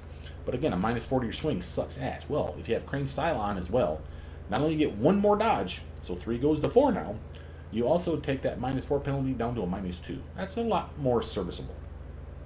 But both of them have to be on. So you need to have Crane Style on and fighting defensively on to get that bonus. And you need to not be flat-footed, because remember, it takes away dodge. If you take away the dodge, then this is going to be useless. This is why, in my opinion, a lot of people submit bug reports and say, "This ain't working." No, it was the surprise round. You were surprised, i.e., you were flat-footed, and therefore you do not get your fighting defensively +3, +2, +4, best case scenario, dodge armor, because you were flat-footed. You were surprised. Do not submit bug reports. And I'm not bitching. I do it too. But I'm saying the game. We want the game out. We want it out professionally done. The devs are doing their best. Every bug report, I assume they're going to look at. So if you submit a bunch of shit like, "It ain't working, you can't bug it, fuck you guys," A, they're going to get fucking traumatized by your pissy ass attitude. B, they're going to try to see what you're talking about. And if they can't repeat what you did, they're going to be like, "This guy's a fucking moron." Now, maybe they'll never tell you this. And you don't have to be embarrassed on my account because you're an idiot and submitted the bug report wrong. I've done it too. I'm not fucking innocent here. But take some time, think about what you're doing, prove it to yourself, repeat it to yourself. And if you can't repeat it, then you have to realize that there was something there that was behind the scenes that you're just not accounting for. And I've done it too. Like I said, been plenty of times I'm like, "This is wrong, I should submit this," and I haven't. But I'm like, I'll get it later. And then I try to repeat it, and I'm like, "No, it's working now. What the fuck?" So it's glitchy? It's not glitchy. I'm just not seeing why it's working on this round and it wasn't working on the last round. Again, half the time, you're flat-footed. Flat-footed takes away all that dodge, and you're like, "Where's my dodge bonus? Where's my dodge bonus?" Oh, it's a surprise round. Oh, son of a bitch. There it is. And that's why you want high dexterity, by the way, because you want high initiative. So just as an example. But that's Crane style in a nutshell. By itself, it's awesome. So get that minimum. I like Crane Wing and Crane Riposte as well. And they have requirements. You have to be monk level X, bab of such and such. If you're not a monk, so on and so forth. And of course, you have to have Crane style ahead of time. And you need Crane style to get Crane Wing, and you need a Crane Wing to get Crane Riposte. But what do? Crane Wing, extra 4 dodge bonus. That's on top of all the shit we got from our fighting defensively and our Crane style. So we just went up another 4 goddamn armor points. And again, that's only here and here. But that's a lot. But there's more to it. It's not just extra 4. Excuse me. Goodness, man, the air's dry here.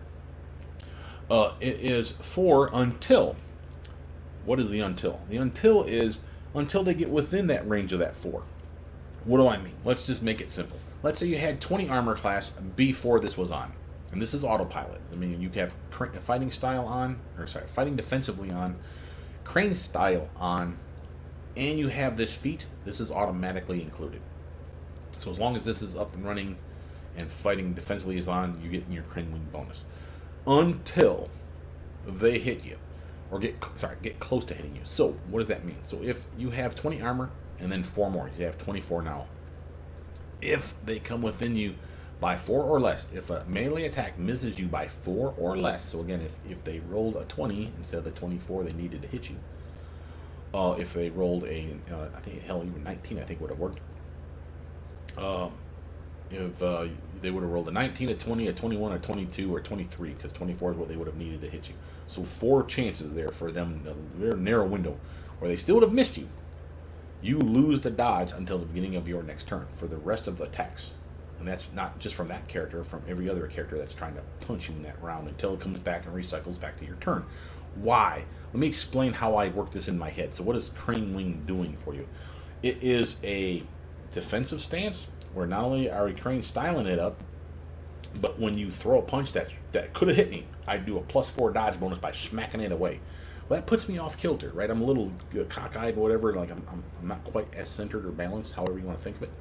So now I've lost my edge. That's why I lose that 4 extra dodge until the next turn where I can reassert myself. That's how I have it in my head, and that's what you should be probably thinking about. So it's there.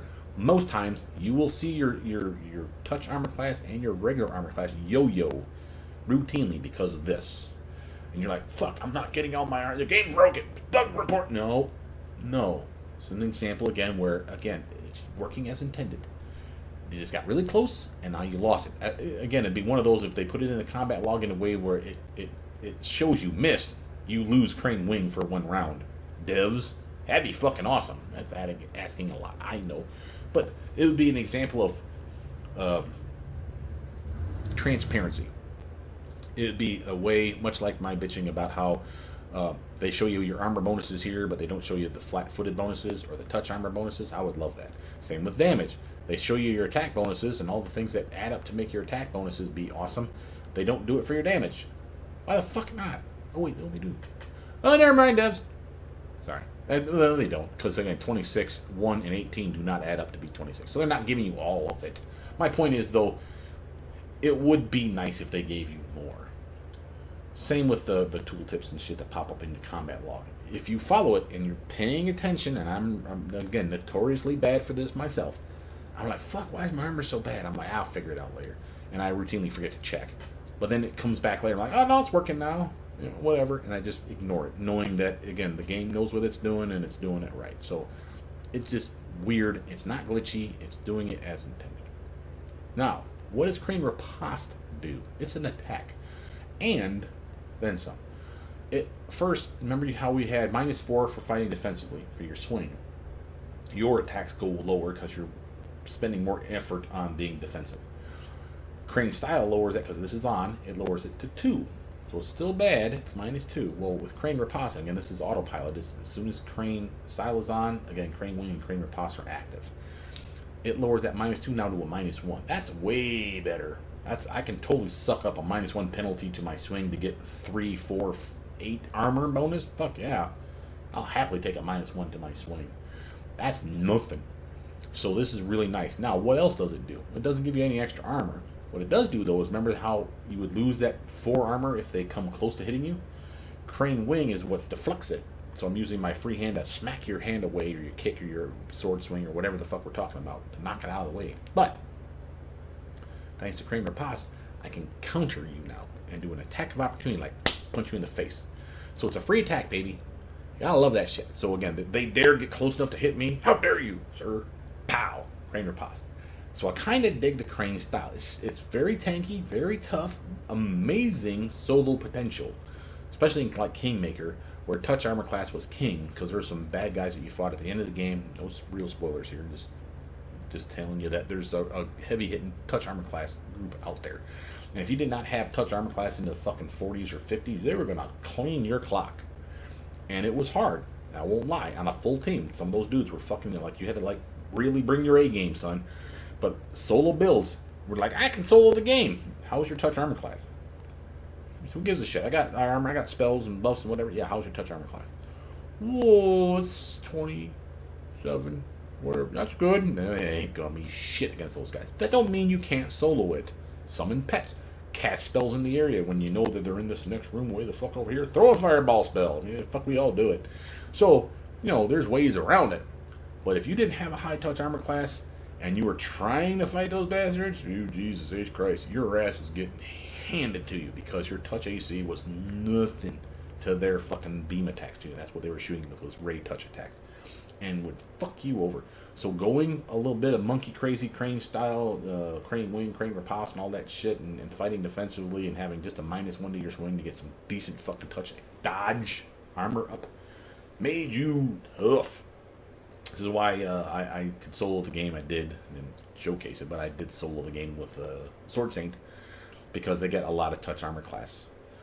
They flat-footed, they get boned, but they had a lot of armor and a lot of touch armor. And again, that was based on high dex and high intelligence. Kind of the same thing here, but in their case, it's going to be high dex and high wisdom, and all these dodge abilities besides. So again, Crane style, Crane Wing, Crane Riposte. If you want to feel tanky, and you can get these real early. And remember, I could have grabbed a couple of them right here. I didn't need dodge here. I didn't need deflect arrows here. I wanted them.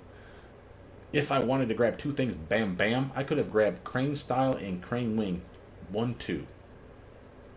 Bam, bam. By level 2, I could have had both those fucking things running for me. And they would have worked. What wouldn't have worked is I wouldn't have been able to get Crane Riposte. Why? Because you need to have dodge. So I had to grab dodge later. But that's not my point. You could have shuffled this shit around, is my point. Next fighting style. We have Pummeling Style, Pummeling Charge, and Pummeling Bully. Notice I did not grab all 3. Remember, Pummeling Bully requires not only have Pummeling Style, but you also have Trip, which we did not take. Pummeling Charge can be grabbed as soon as you get Pummeling Style, and I think you need to have like a high Bab or something, or Monk level. But certainly we could have grabbed these way earlier, is my point. So they didn't need to be here at level 13 and 15. Respectively. But I could have grabbed them sooner. Hell, I could have grabbed them instead of like your Crane Style, Crane Wing, Crane Riposte. It may not have been this early, but maybe around here. But these are solid attack styles. And again, when we talk about styles, know that you cannot have both on. You can fight defensively and do Pummeling Style. You cannot do fight defensively and Crane Style and Pummeling Style. Because Crane Style and Pummeling Style, you turn on one, it shuts the other off. Same with our Shaitan style. Turn it on, it would shut off whatever else you had on. If you had Dragon Style, which we will talk about here in a minute, it would shut off any of those 3. Again, Crane Style, nope. Shaitan Style, nope. Pummeling Style, nope, because Dragon Style is now on. So your choice. And yes, before you ask, I have made builds where I had, well, not Shaitan Style, because this was all new to me, but I had, in the vanilla version of Kingmaker, unmodded version of Kingmaker, I have had builds where I've had Crane Style, Dragon Style, and Pummeling Style. Just so I could switch stances, if you will, because they give you different things. If I need to turtle up, Crane Style. If I need to do more damage, Dragon Style. If I want to do a different type of damage-ish, Pummeling Style, because there's some fun to be had here. Well, what does Pummeling Style do? Well, let's talk about this. So here's Pummeling Style. Notice, whenever you use a full attack or a flurry of blows, which again is just another way of saying a full attack, against a target, single target, multiple attacks, pop, pop, pop, pop, pop, pop, in the face. If they have damage reduction, remember all that shit that we ignore. But, again, this is why you should grab this sooner than later in the build, in my opinion. But if they have damage reduction and it's a problem for you, Normally it's applied for every hit. So if I hit you 1, 2, let's say I hit you all 7 fucking times. Each punch is going to do this much damage, minus your damage reduction. Well, not if I have Pummeling Style on. Why? Because I punch you 7 times, I add up all the damage, and then I apply damage reduction once and only once. So if you have damage reduction 20, I'd have a hard time hurting you. I'd be doing 8 to 26 points of damage per punch, only when I hit you, obviously. That's a lot lower than 28 to 46. But if I do Pummeling Style, I do this amount of damage. Every time I hit you in one combat round, I add up all those numbers, and then I subtract the 20 once and only once. You can see how much better that is. Beats the bejesus out of shit, hence Pummeling Style. What does Pummeling Charge do? This one's real cool, for another reason that you're not going to fathom, and I'm going to tell you to make your game awesome. Do not report this. Pummeling Charge allows you, in Kingmaker and in this game, if you can charge, everyone has the ability to charge with a melee weapon, and your fists are melee weapons, from one point to the other, as long as you can move unimpeded between you and the bad guy. You run to him, and then you usually punch them once. You get a bonus to the swing, like a +2 for charging, and then you take a -2 to your armor class because you're opening yourself up. You're kind of off balance as you're running and going, yeah, right? So there's a bonus and a penalty, but you can have a chance to close the gap between you and them and swing and hopefully hit and do some damage. But you swing, you hit once. With Pummeling Charge, if you could have done a full attack or a flurry of blows, which again is just another way of saying a full attack, you charge and attack. See how badass that is? Normally I charge just because I want to get over there and get you off my team, for example, and I'll punch you once because hence that's what charge does. I'm like, yeah, fuck you, face me, coward, kind of shit. Run over, boom. Then my turn's done. Well, not anymore. Pummeling Charge. Run over, boom, boom, boom, boom, boom, boom, boom, boom. How dare you, sir? And just beat the shit out of them. Now, as cool as that sounds, and it is cool, let me first skip you over to your Mythic path. We'll talk about this in greater detail later, but let me show you something cool. Mythic Charge allows you, when you charge, per attack, which is normally 1, not for you now, but normally 1, you will do 1d6 Mythic rank damage of holy damage, I want to say, or divine damage, excuse me, per Mythic rank level. So I'm level 10, so I'll do 10d6 of extra damage for this character. And again, I can get this on any character, from a wizard, a fighter, whoever. Mythic Charge, because everyone has charge. I run over, punch you once, and then do another up to 10d6 of divine damage to your face. Awesome. Well, I get to do that multiple times. Why? Because if I'm using Pummeling Style, this has to be on, and I Pummeling Charge you, that's autopilot. All that has to be is this has to be on, and you have to have both of these feats. And you charge, and I punch you, and I get multiple attacks.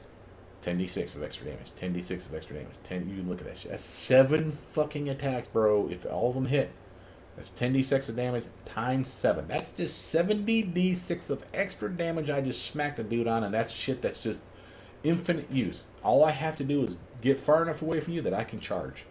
Tell me that shit ain't fucking sexy.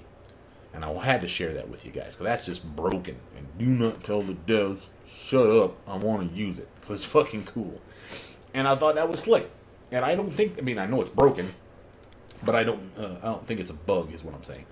It's definitely cool. And not everyone's going to do this route, but if you are going to get the Pummeling Style and Pummeling Charge, why wouldn't you?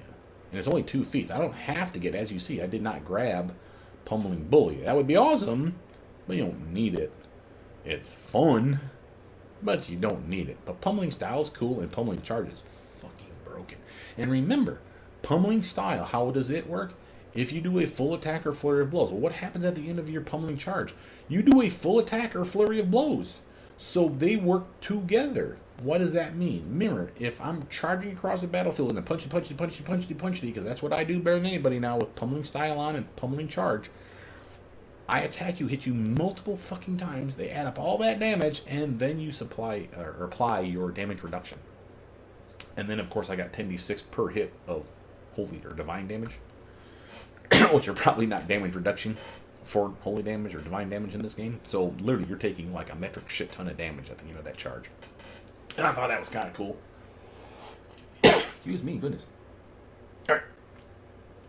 Let's not talk about Shaitan Style just yet. Let's talk about the one that's not here. Dragon Style has 3 feats, and it's a strength-based build, which means you have to have a strength, I want to say, of 15.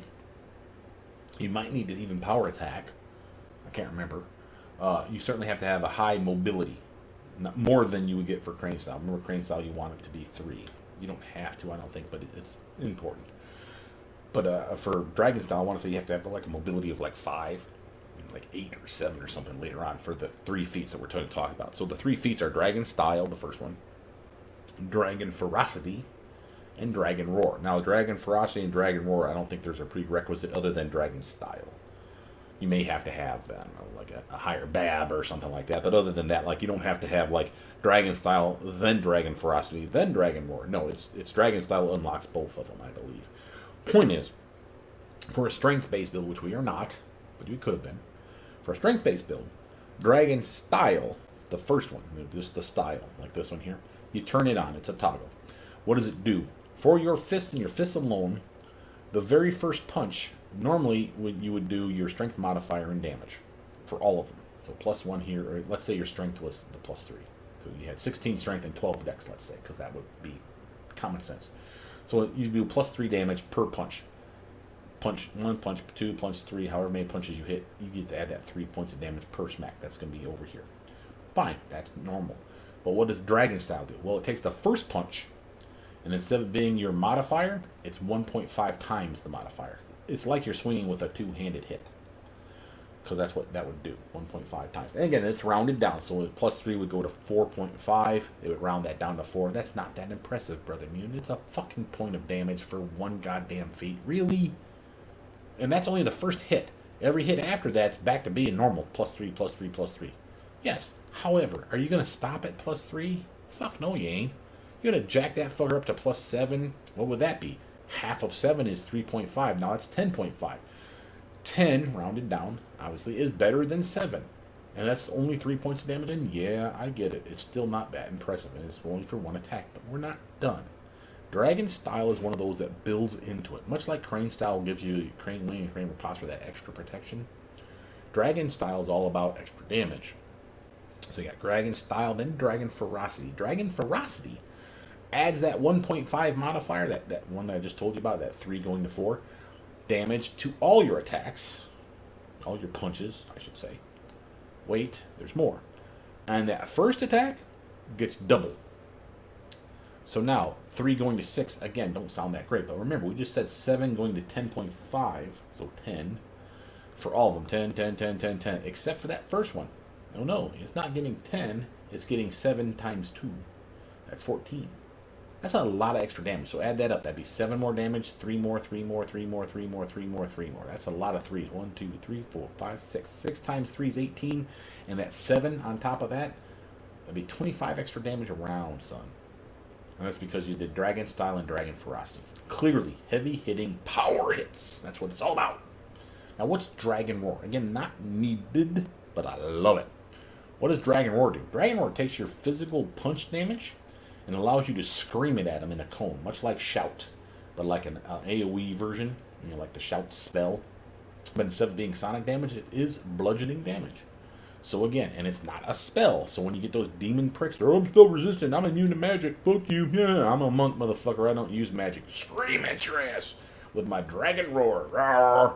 And it has probably like a stun or a stagger effect associated with it too, and a DC check for that. Blah, blah, whatever, who cares? It's damage. It's AoE damage. And it's not teammate friendly, so be careful.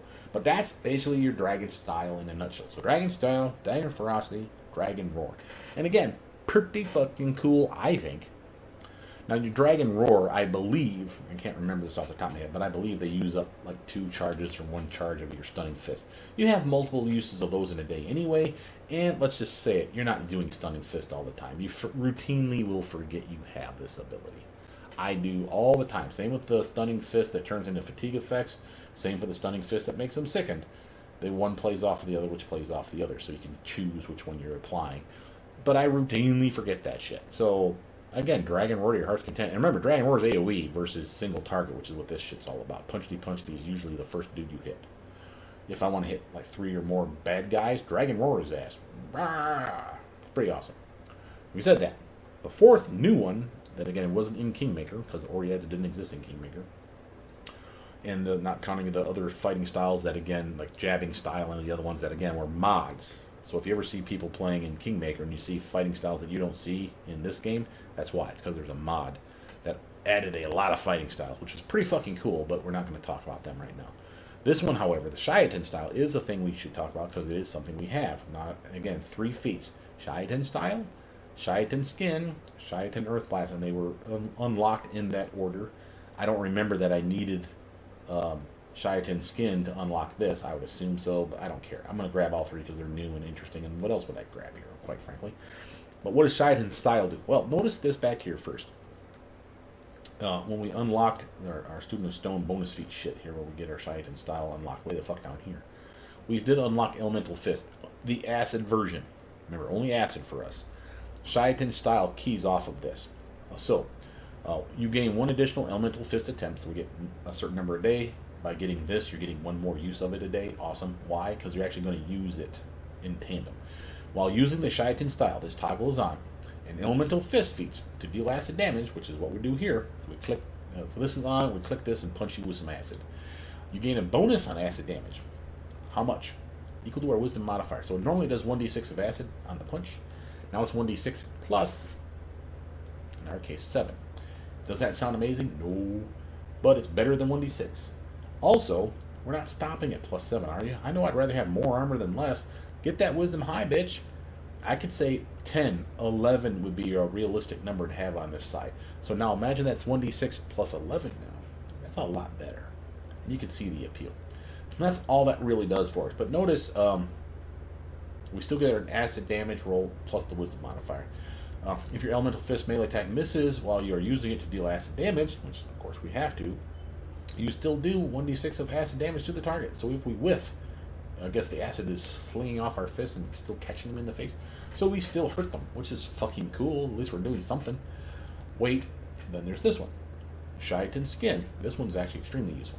You gain 1 additional Elemental Fist punch. Again, remember those are limited uses a day. We get 1 more use a day thanks to picking up this feat. However, keep reading. While this toggle's running, your Shaitan style, you gain acid resistance. We already had acid resistance 5 for being an Oread. You had to be an Oread to do this build. So we already have DR 5 against acid. Yeah, but look at this. It is equal now to our base attack bonus, which is another way of saying our monk level. Our BAB is 20 at the end of this, son. So you have DR 20 acid right now. So long as this toggle here, Shaitan style, is on. Why does that matter? We have spells that make me immune to acid or resistant up to 30, so this is kind of shit. Yeah. However, what if you forgot to buff yourself with it or someone strips the spell off you? This is not a spell effect. This is a fucking supernatural ability as a monk that you've trained to get. Well, what does that give you then? Well, acid resistance upwards of 20. In this case, it starts at 14, so let's say 14. There's a spell in the game that you can't cast, but someone else might on your team, called Acid Fog. Acid Fogs is stationary. It's a cloud, much like a stinking cloud. Obviously, it's colored green instead of the purple, whatever. It doesn't matter. But it does 2 to 12 points of damage around to anyone in it of acid damage. You have acid resistance 5. That's not enough to resist 12. But this little bastard, you turn that toggle on, and this is autopilot now. You have 14 now. You are immune to acid fog. Stand in that shit. Let someone buff, like not buff it, cast a spell at your feet while you're in the cloud when all the bad guys rush up on you, because let's say they're going to fucking do it. The AI in this game is dumb. They charge into that dumbass cloud and take constant acid damage while you're just beating the fuck out of them. And all you got to do is just have that little toggle on them. There's more. Creatures that take acid damage from our little punchy over here do a reflex save now. DC check is 10 plus half our level, in our case 20, so 10 and 10. Plus our wisdom modifier, which we're going to put through the fucking roof. Remember, plus 7 right now, maybe plus 11, 10, somewhere around there. Or be staggered for 1 round. Now, what does that do for you? What does staggered mean? Let's explain this. So staggered is a very powerful effect that I routinely overlook. Staggered allows the target, whoever's staggered, they can do on their turn movement or an attack. And that attack can be an attack with a weapon, attack with a spell, chug a potion, any of that shit. That's just what we'll call a standard action. Remember, a standard action is half of your movement or your combat round. It's almost always movement and then a standard action. The two combined, if you're close enough to someone, like this is me and this is you, I'm close enough to punch you in the face, I don't have to move, but I can focus all my efforts into punching. That's called a full attack. because I'm using my move and my standard action together to beat the shit out of you. That's a full attack. You do not get a full attack if you're staggered, because you don't have movement and an attack action. You have one or the other. So if I move, my turn's over. If I'm staggered, of course. If I, like standing next to you, because of course you would be if I punched you in the face. I'm standing next to you and now it's my turn. Fuck you. You just punched me in the face and staggered me, you dick. And I'm not going to run away. I'm going to punch you. I only get to punch you once. Why? I got 7 attacks. Yeah, that's a full attack. Remember, you don't get a full attack. You get one and done. That's it. Is it a spell? You're done. Is it an attack? You're done. Is it a chugging of a potion? Reading of a scroll? You're done. Cast a wand spell or a spell from a wand. You're done. That's it. You don't get to move. You're over, son. You're through. That's why staggered is powerful. So that's nice. Just a little bonus thrown on top. I thought that was worth mentioning. We're not done yet. The third and final feat, the Shaitan Earth Blast. I fucking love this one. So if you like the Dragon War where you're screaming physical punch damage to everybody in a cone, here's your elemental tapping into your elemental heritage, where you literally summon a column of fucking acid and just blah. So, as a standard action, while the toggle's on, of course, you can spend 2 of your elemental fist attempts. That's this guy here. By clicking this, it'll chew up 2 uses, and you will summon a 10-foot radius column within 30 feet of you. Obviously, you don't want to get caught in it, and here's why. Creatures caught in the column take your unarmed strike damage plus the acid damage from your elemental fist and are staggered for 1 round. So you just did like an AoE version of a punch to the face with acid damage. Blam! And you still got that staggered, and that's AoE staggered. So again, reflex checks all around for everybody that's affected by it. And again, same deal. 10 plus half our level plus our wisdom modifier, 7, 11, 10, whatever the fuck it turns out into. So a 10 and a 10 is 27, I would say, is probably the minimum that you'd hit him with. Upwards of like 31 or so is realistic. That's a pretty decent reflex check. And again, reducing the damage to half, I would assume that evasion, those ninja bastards that dodge out of reflex damage, that would be applicable here. And notice that they're not staggered, of course, if they make the check. So that sucks as well. But again, a nice little, fuck you, here's some acid damage. And remember, I don't know this off the top of my head, I didn't test it. But remember, you're an Oread. You get a +1 to the DC checks of acid spells and acid effects. That's an acid effect. It's not a spell. It's a spell-like ability, but there's a DC check on it. I'm betting you get another +1 on top of that shit just for being an Oread, just included. It's an automatic thing.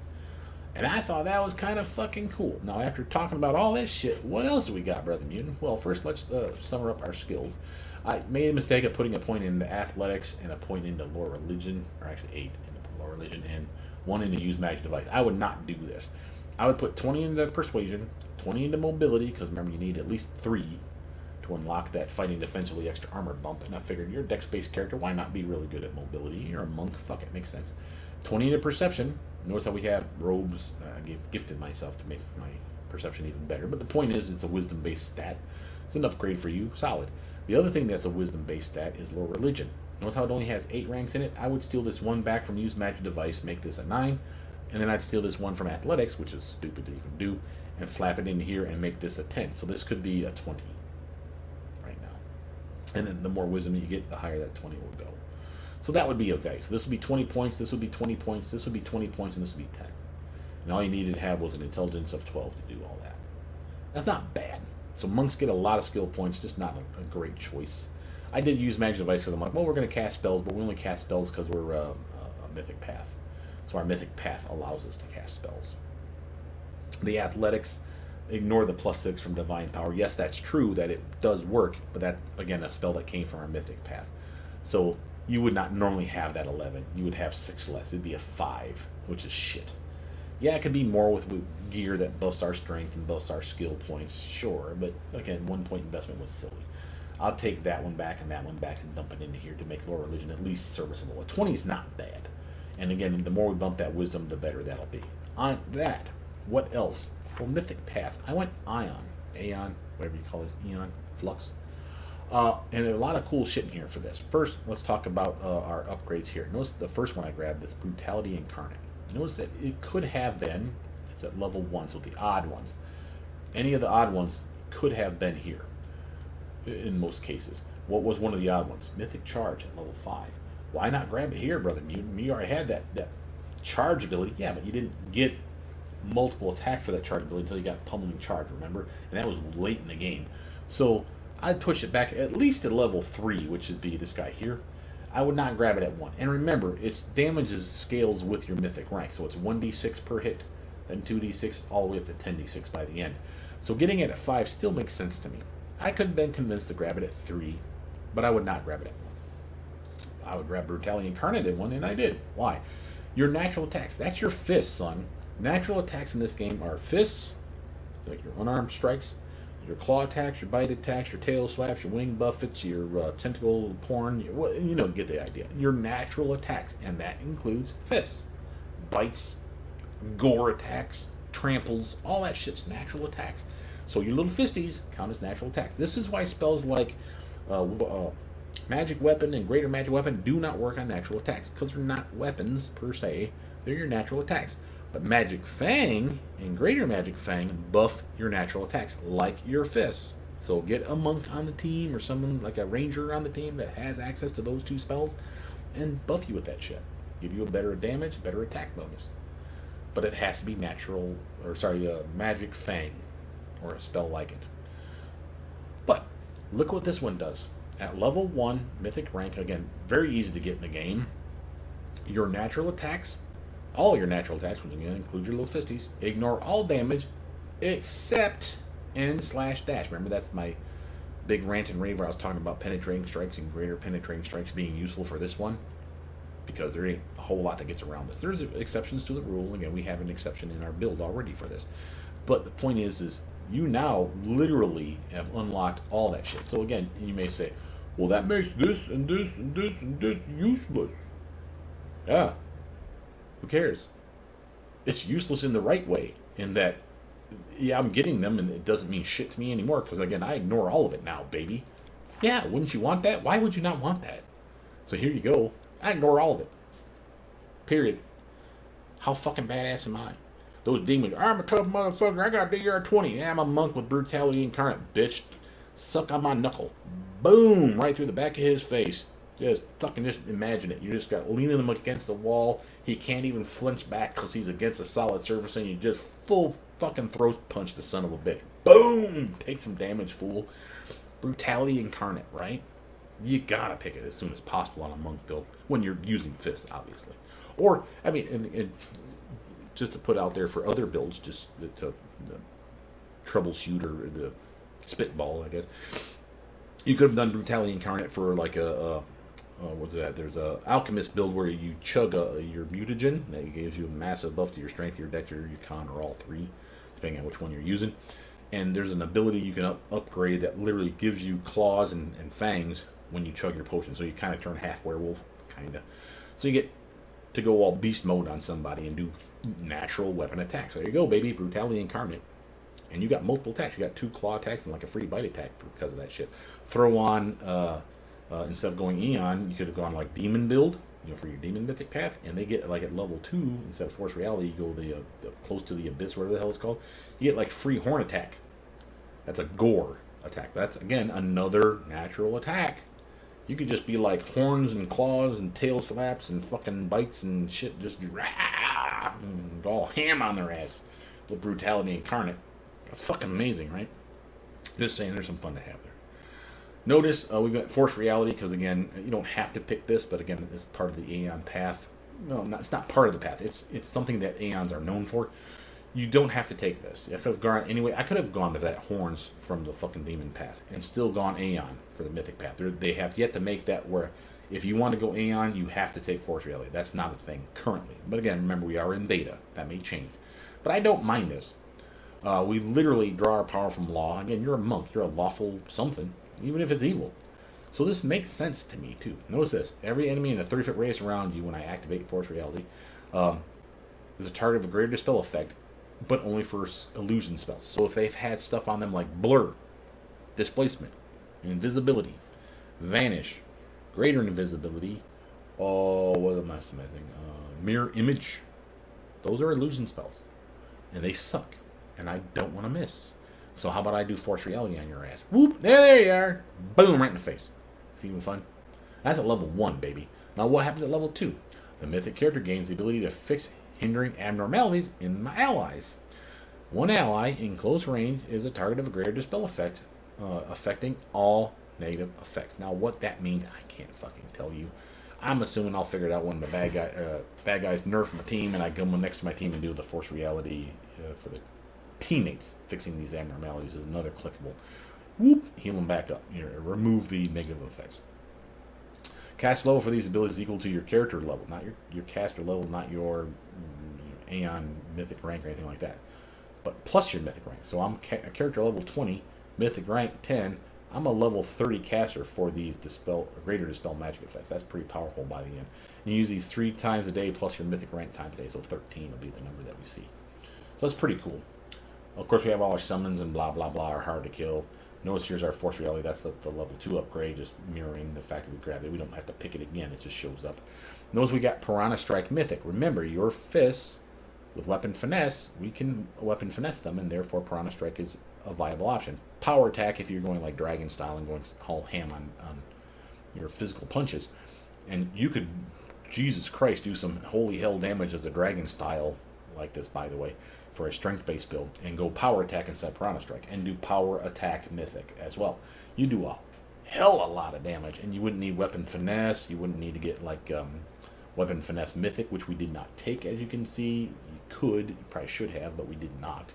That's the one that adds your Dexterity modifier to your little fisties. It wasn't necessary, but it would have been more damage. Let's just say it. Notice we got all these cool enforcing gauges. Notice something else that I keep forgetting about the Eons. We get built-in immunities to ourselves. Look at level 3, which is the very first level you unlock Aeon. You now are immune to poison and disease and confusion. And then you say, "Oh, we're immune to disease already?" Yeah, it doesn't matter. The immunity to poison. I have a spell that I'm going to get for being an Aeon that could be delay poison, or delay poison communal for that matter, that could make me and my team immune to poisons for an hour all day long, depending on how I do it. But again, it's baked into my tune at this point. I have these immunities, just period. And I get better than that. So here's one set. Then I get another set down here where I'm immune to bleed, mind effects, and ability damage. Fucking yeah. And then even more, there's a... Where is it? This one? Yeah. Immune to curse and death effects as well as energy drain. I just become literally a tanky motherfucker by going Aeon, is my point. Then I get these enforcing gazes right here. Massive penalties. You'll also notice when you're fighting bad guys, and for some reason some of your good guys have a weird fucking matrix glowing thing around them, which I don't know what that is, but I'm assuming it has something tied into your enforcing gaze. But notice we grabbed multiple versions of these, and you get to choose which ones, and I can't tell you the right or wrong answer. I grabbed save DC checks, basically improving our DC checks of our ally spells, as well as penalizing the saving throws and spells of the enemies. We have attack bonuses, penalties to the bad guys as a result. We got damage reduction bonus for our team, penalty to the bad guys, extra HP for us. Bad guys just randomly take damage. Just a general fuck you kind of enforcing gaze. And I believe we can activate, or we should be able to activate more than one at a time. Yeah, right here. No, sorry, this is perpetual, so we can use this any number of times a day. Another annoying feature of this game is when you have toggles now that never shut off, or sorry, not never shut off. They never go down. Like they'll have a number. The number usually refers to how many rounds you can activate it, right? So like I'm up to like 11 or something by the end of this build. The 11 stays there even if it's infinite. I would rather they actually put an infinite symbol on it so it's obvious that it's not going to go down, because it looks like a bug and you almost want to report it, and it's not a bug. It's because you didn't read through all the stuff, and I'm guilty too. Notice we get Aeon Bane buff to our weapon. That's our fists, or any weapon we're wielding where we just do more damage. Yes, please. And then we get greater Aeon Bane, and then before that we even get another Bane, improved Aeon Bane. After everything's said and done, you're just getting a metric shit ton of extra damage that you're whooping out on somebody. Better chance to swing and ever so forth. And then you've yet to even talk about your spells. We got our Dimensional Retribution over here. This is the one that, like, literally if I get hit with a spell, I'm allowed to teleport to the motherfucker and punch him. This is not that important to me because we already have the ability to teleport. Remember our Dimensional Sidestep ability, our key ability, I should say. And I even got a spell that allows me to do Dimensional Teleport. So I have my own TP spell. But I grabbed it as I was leveling up. I'm like, yeah, it sounds cool. And then I'm like, yeah, it's less important for this build. Notice flawless attacks. This is how I have a -4 to all my attacks after the main big attack. So instead of it being -5, -10, -15, it's -4, -8, -12. Better chance to hit. We appreciate that. Notice how we have Mythic Charge, of course, Emergency Potion. I love these ones because this one is better than Sorcerer's Reflex, I'm coming to find out, because I can use this every round.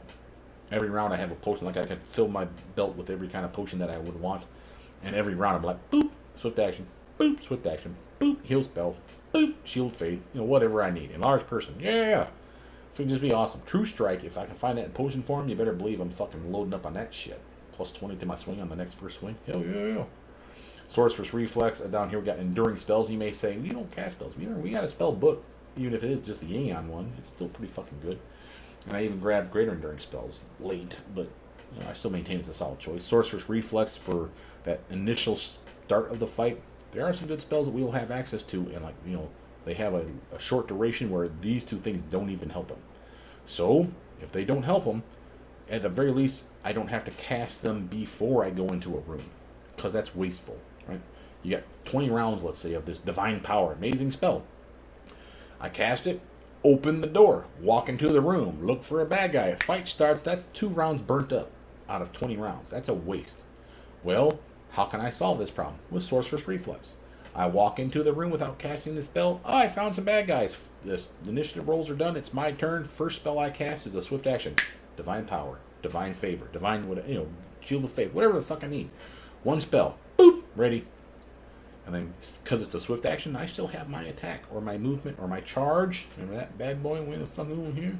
And if I've activated my pummeling charge, and my pummeling style, and all that shit's running right now, I whoop up some ass.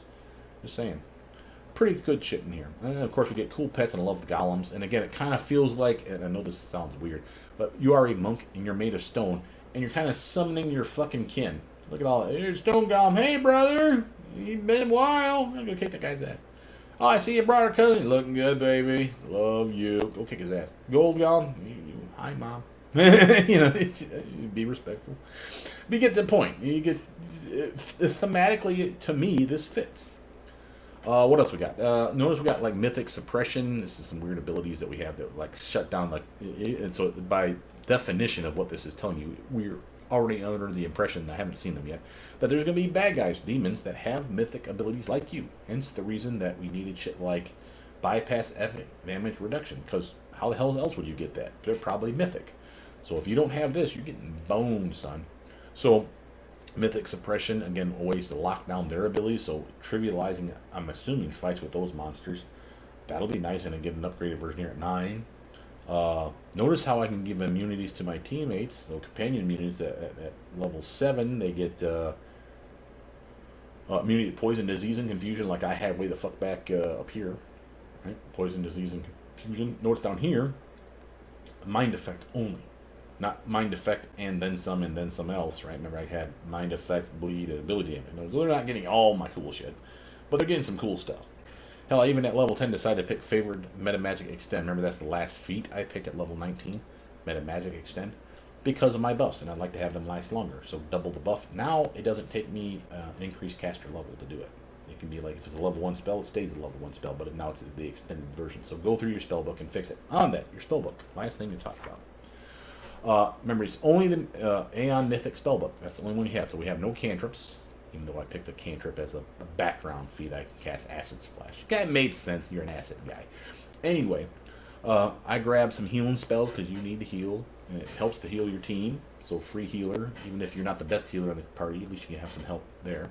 Notice buffs are important. Even like inflict spells. Because remember, you are a melee touch attacker. Remember, these are melee touch attacks. And a weapon finesse could key off them. If you're a strength-based build, you don't need weapon finesse. They would still key off of your strength and your high BAB, so you got a really good chance of making these land. Notice how both of these spells, Cure Light and Cure spells and Inflict spells, so we'll say it that way, the category. Not only are they awesome spells that do damage, they can crit, they can sneak attack, not that we can, but you could have, and there's no spell resistance on either. So if you're fighting those demon pricks that are like, has spell resistance 47. Fuck you. I got Inflict Light Wounds, bitch. At least it'll hurt you. It's something. Notice I got True Strike, Divine Favor, Shield of Faith, obvious buff spells in my opinion, and then after that I couldn't think of anything else other than grab Remove Favor or Remove Fear. Excuse me. Solid buff, you're gonna get better. Really nice buff, you're gonna find ones that mimic this and again are better. This one here, again, is Sorcerer's Reflex. Remember, I specifically said there's reasons to like True Strike, and usually it's when I can make it a swift action. Sorcerer's Reflex, the start of any combat round, especially if I can, you remember, do that pummeling charge. I get a +2 to the swing. I get a +20 to the swing with this. And I'm pummeling charge where I charge across the battlefield at the start of every fucking fight. And I get a full flurry of blows on that motherfucker. And I get 10d6 best case scenario of damage per hit of holy or divine damage or whatever the fuck it was. Per smack. Bam, bam, bam, bam, bam, bam, bam, bam. I'm just wailing on that motherfucker. True Strike is going to be really nice for you. Level 2. Free shit. We won't talk about those. You'll have to read them up on yourself. But here's Crystal Mine, Edict of Retaliation, Equal Force, and that's it. We got our Cure spells, Afflict spells, Delay Poison, which is not necessary because not only do I get immunity, I forgot that we give immunity to our team.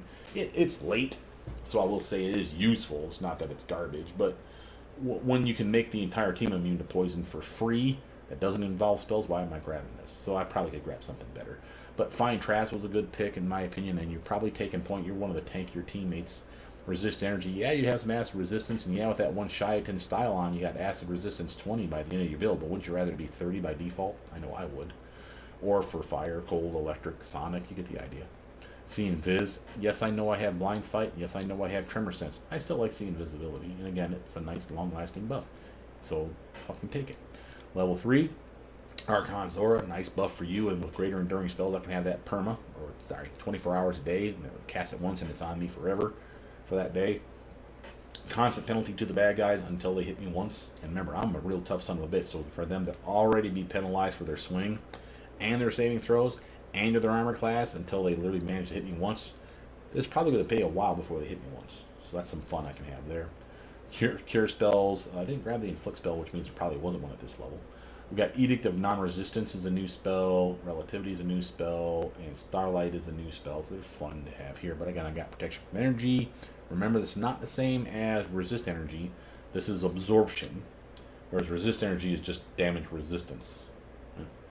So this one would be, I could be immune thanks to this.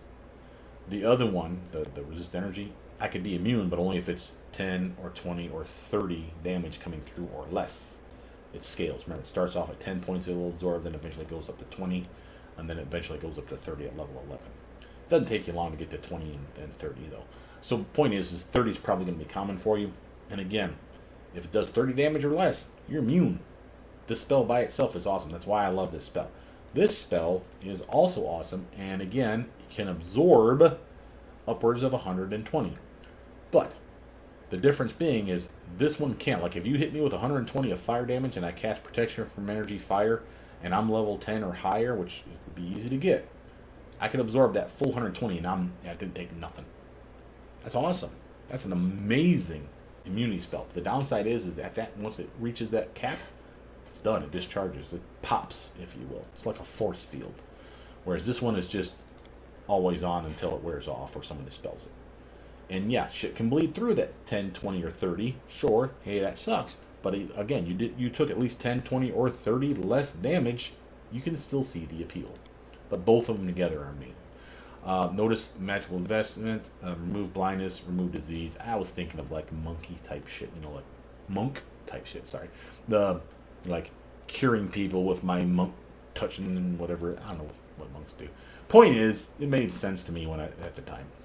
Magical Vestment, though, was a staple choice. So these 4 here are probably more important than these last 2.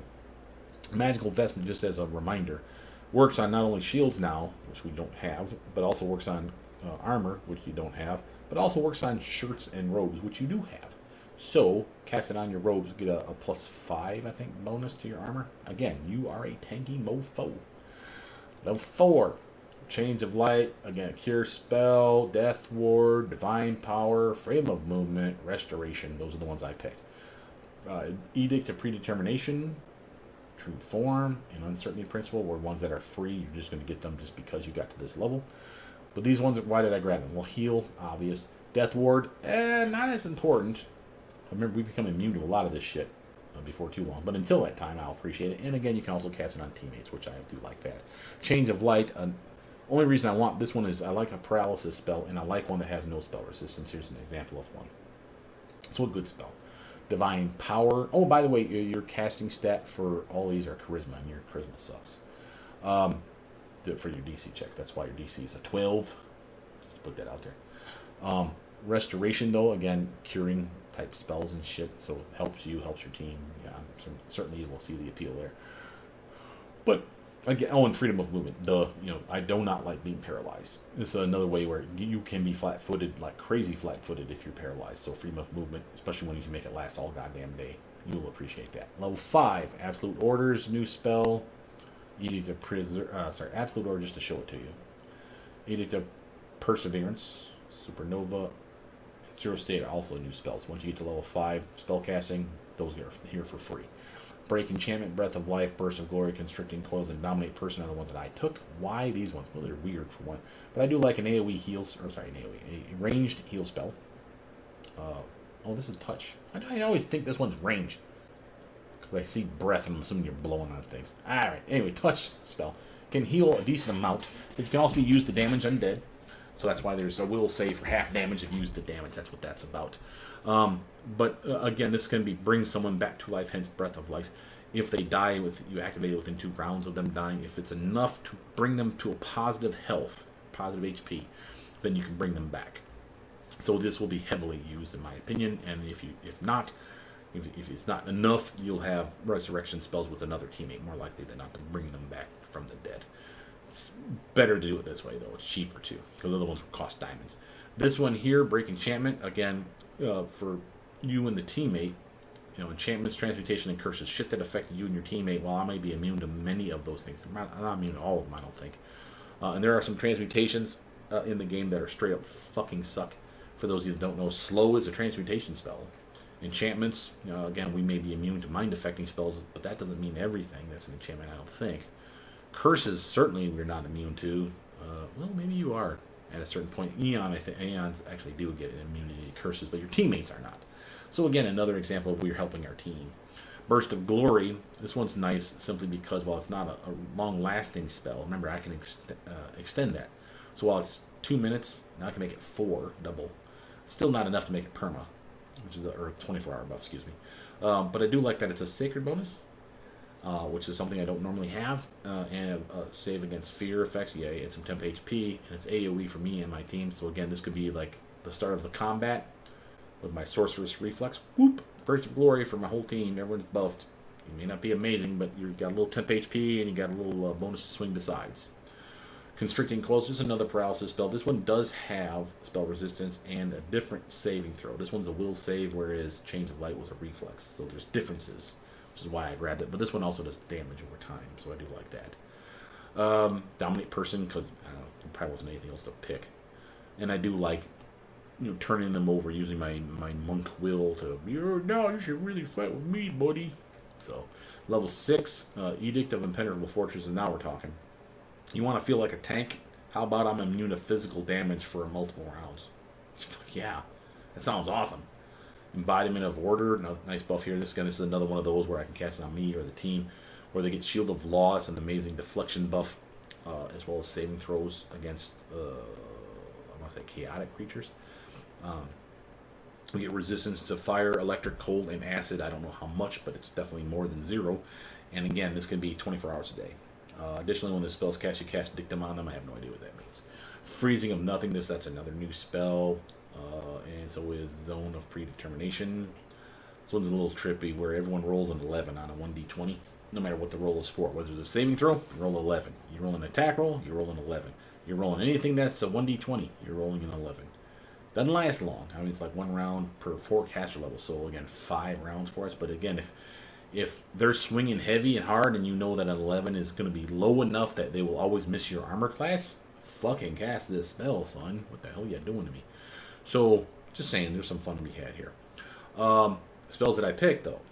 Disintegrate, Heal, Overwhelming Presence, and Greater Shout. Again, why these ones? Well, Disintegrate, it's the Dimmock at range. I'm disintegrating you with my monk pointy ability. I don't know. Shut up, I want it. Heal, duh. And again, if, not saying this was going to happen a lot, but if you're dumb enough, and I'm definitely that guy, if you're dumb enough to not heal up before every combat, and you run into a room because you're just being stupid, like, wow, that was a tough fight, and you forget to click save, and you run into another room, and oh shit, I didn't heal up, and it's the start of the fight. Remember, you got Sorceress Reflex. It's entirely possible that I might be able to... Actually, I don't think I will be. Now, damn it, that sucks. Sorry. Sorceress Reflex, I think you can cast any spell that's 2 levels lower than your highest. I can cast level 7. So my 2 lower would be 5 on down. So I won't be able to do that. Boo! Whatever. Still want it. Because it's an amazing heal. And again, like for a teammate that's really wounded, walk over, heal them up. And again, if you want to damage undead, hey, it's a weapon finesse attack. Remember, it's a melee touch attack. That means it's strength-based, high BAB, or, in your case, if you're weapon finessing, it's dex-based, which you're good at. So again, walk over, touch that undead, do a shit ton of damage. And they can crit, so that's pretty nice. And I think sneak attack, too. Overwhelming Presence, AoE version, teammate-friendly, amazing fuck you spell, and one of the best things about it is when they fail their check on the next round, I want to say, you'll see a negative wisdom number appear above their head. It'll say -1 wisdom, -4 wisdom, negative whatever wisdom. So it's obvious who failed. That's why I like this one. Not just that, but it's an amazing cue to say, I fucked over this many guys. Nice. So that's a nice spell. Greater Shout, the big brother version of Shout, which again I was mistaken. Just to reiterate a point. I thought this was Shout the spell. It is not. This is way better. Single target though, and I'm cool with that. But Spellbook. This one is the AoE version that does 10d6 of damage to a bunch of dudes, including teammates. Be careful, but again, just like Shout, no spell resistance. Gotta love these things. And again, there's an effect, stun effect, saving throw to avoid the stun and half the damage. But it's a fortitude save, not a reflex save. So those ninja bastards that are used to taking no damage if they make the check, that's not the same. There's guys that get that. They are Inquisitors. That's why Inquisitors are awesome. But they're few and far between. Rogues, on the other hand, is a different story. And this is not a reflex save, it's a fortitude save. So it's a good way of fucking over those dudes. Other shit, Disintegrate, we already talked about it. Yeah, that's it. Level 7. This is when you don't get to pick any spells. This is just waiting for you once you finally unlock it. Edict of Invulnerability is like the AoE version of the Invulnerability. But notice how it gives you 2 spells.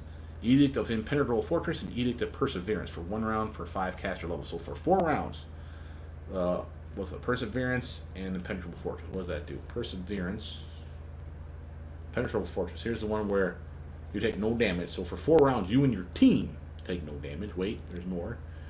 And what's the other one? Perseverance. You suppress any negative mental or physical effects on the target for 1 round for 5 cast levels. So again, for you, for 4 rounds, you and the team are not under the penalty of negative and mental and physical effects. So if someone's like debuffed you in some way because, you know, like you're scared or you're shaken or anything like that, that's a mental effect. So that's a negative mental effect that would be gone. Fear effects, confusion, all that shit, my guess is that would be gone. So this would be an amazing... We got jumped. People are panicking left and right.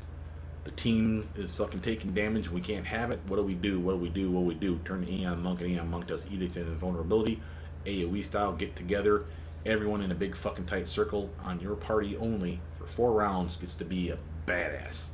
I don't get hurt, and we're not affected by those mental or physical problems for at least 4 rounds. That's more than enough time to solve lots of fights, I'd say.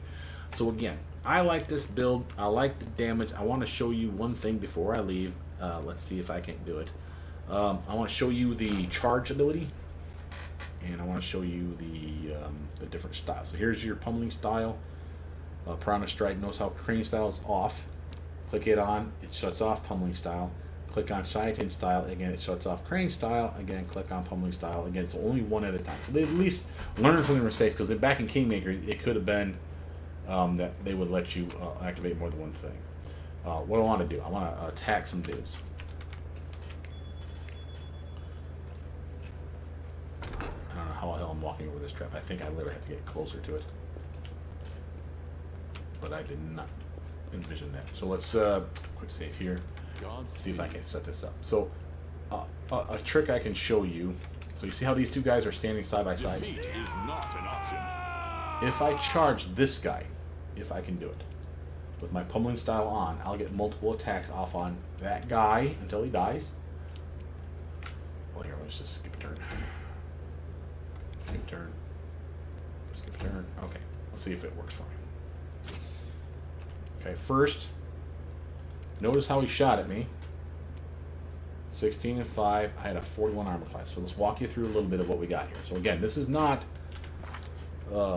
always going to be the number that you're seeing here. Okay, and why is that? This is exactly this number. So again, it's fine, you may say. Yeah, sure. But if I was fighting defensively, and I had Crane style, Crane wing, and Crane riposte, which I do, and if I had the Crane style activated, this 41 would not be 41 over here, it'd be much higher over here. And then you'd be seeing a bunch of extra dodge because of the fighting defensively and the Crane style bonuses and the Crane wing bonuses besides. So that's why I say don't just go by these numbers, do the math yourself and say, why am I missing? I should have more. And then when you actually get into combat, you see, oh, no, I do have more. Okay, there it is. And sometimes it's only melee attacks. Like when you have wings, like an Aesomer, like you pick angel wings or demon, you pick devil wings and shit like that.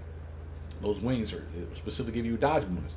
But if you read the tooltip, it will tell you +3 dodge against melee attacks. Clearly that wouldn't do shit against that crossbow or arrow that just fucking tried to shoot me. So again, you're like, why is it there? Bug report. No, you're not mistaken. You're just misunderstanding what should have happened. Okay, so now let's say I want to hit this doofus here. Okay, remember I have my Piranha Strike on, which I don't care. I got my Pummeling style on, and I have my Mythic Charge ability, right? Here's my charge. Remember, everyone gets this at level 1. Charge, and all you have to do is have a melee weapon. If I can charge this guy, I can get a full attack off. Why? Because I have Pummeling style and Pummeling charge, remember? But this guy's going to die in the first hit. But because I'm going to be close enough to this guy, I'll get to hit this dude, and then I'll get to turn and hit this guy. And both of these dudes should take, I want to say 10d6 of divine damage per hit. There's one, and do it. Do it. Do it. There it is. Game just had to catch up. Do their dumbass shit here. Let's look at the combat log. I want you to see that. So here's my charge. Okay, remember, this is the thing that anyone has at level 1 as long as you got a melee weapon. Notice, double your normal speed and attack during the same action. This is what it does. You must move before your attack, not after. So you can't attack and then charge. You must move at least 10 feet. So again, there's limitations directly toward the designated opponent. That's why, again, clear path. Let's have a clear path toward the opponent. Notice how we get a bonus to the attack +2 and a -2 to your armor class. The game's starting to overheat, so I need to get done quick. But notice, Bab, full Bab, high dex, more dex better. I got my buffs with divine power. Could have had more buffs on me, but this is a solid one. Piranha Strikes penalty, fighting defensively, -4, not -1. Remember, Crane style is off. That would have taken it down to -2. Crane riposte, which we have, while Crane style is on, would have taken it down another point. It should be -1. Because I left it on, that's my fault. But if you needed a hit, I should have shut that off. That'd be 4 better to my swing.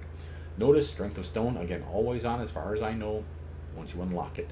+2 for my charge, again, should be there once you charge for free. Now my armor will be 10 lower, by the way, but I killed those dudes, so that's awesome. But that's my swing. Notice I got damage, my fist punch, 2d10 +26. Again, could have been more if I had enlarged person on myself. Notice 10d6 divine. Remember that mythic charge? That's a 10d6, again, mythic rank, d6 in damage, in divine damage. That's the first hit. Keep watching. Notice there's the fortitude check again that has to do with my stunning fist. It's like autopilot. Notice he died. I was able to turn in the same combat round. See how it says 2 out of 7 up here? It's my 2nd of 7 attacks. Again, if there was a guy that was there that could have taken all those attacks, remember I could have hit him potentially 7 times. They would have been varying degrees of success, but I could have hit him 7 fucking times. And remember, it would have hit him for damage. And it would have hit him for divine damage each time. Remember, that's 35 there, 30 here. That's 2 times in one combat round that I hit 2 different guys, and I got divine damage for each of those hits. That's why Mythic Charge is awesome for a monk, and so is Pummeling Style, Pummeling Charge. Fucking amazing. I just wanted to show it to show you that it did work. Now with that, that's all I had for you guys today, and this is a long enough video. But I hadn't posted something in a couple days. I've been helping my sister move. But with that, my name is Brother Meat. Please like, subscribe, comment down below. Tell me what you guys think of this build. And I'll see you guys soon. Bye now.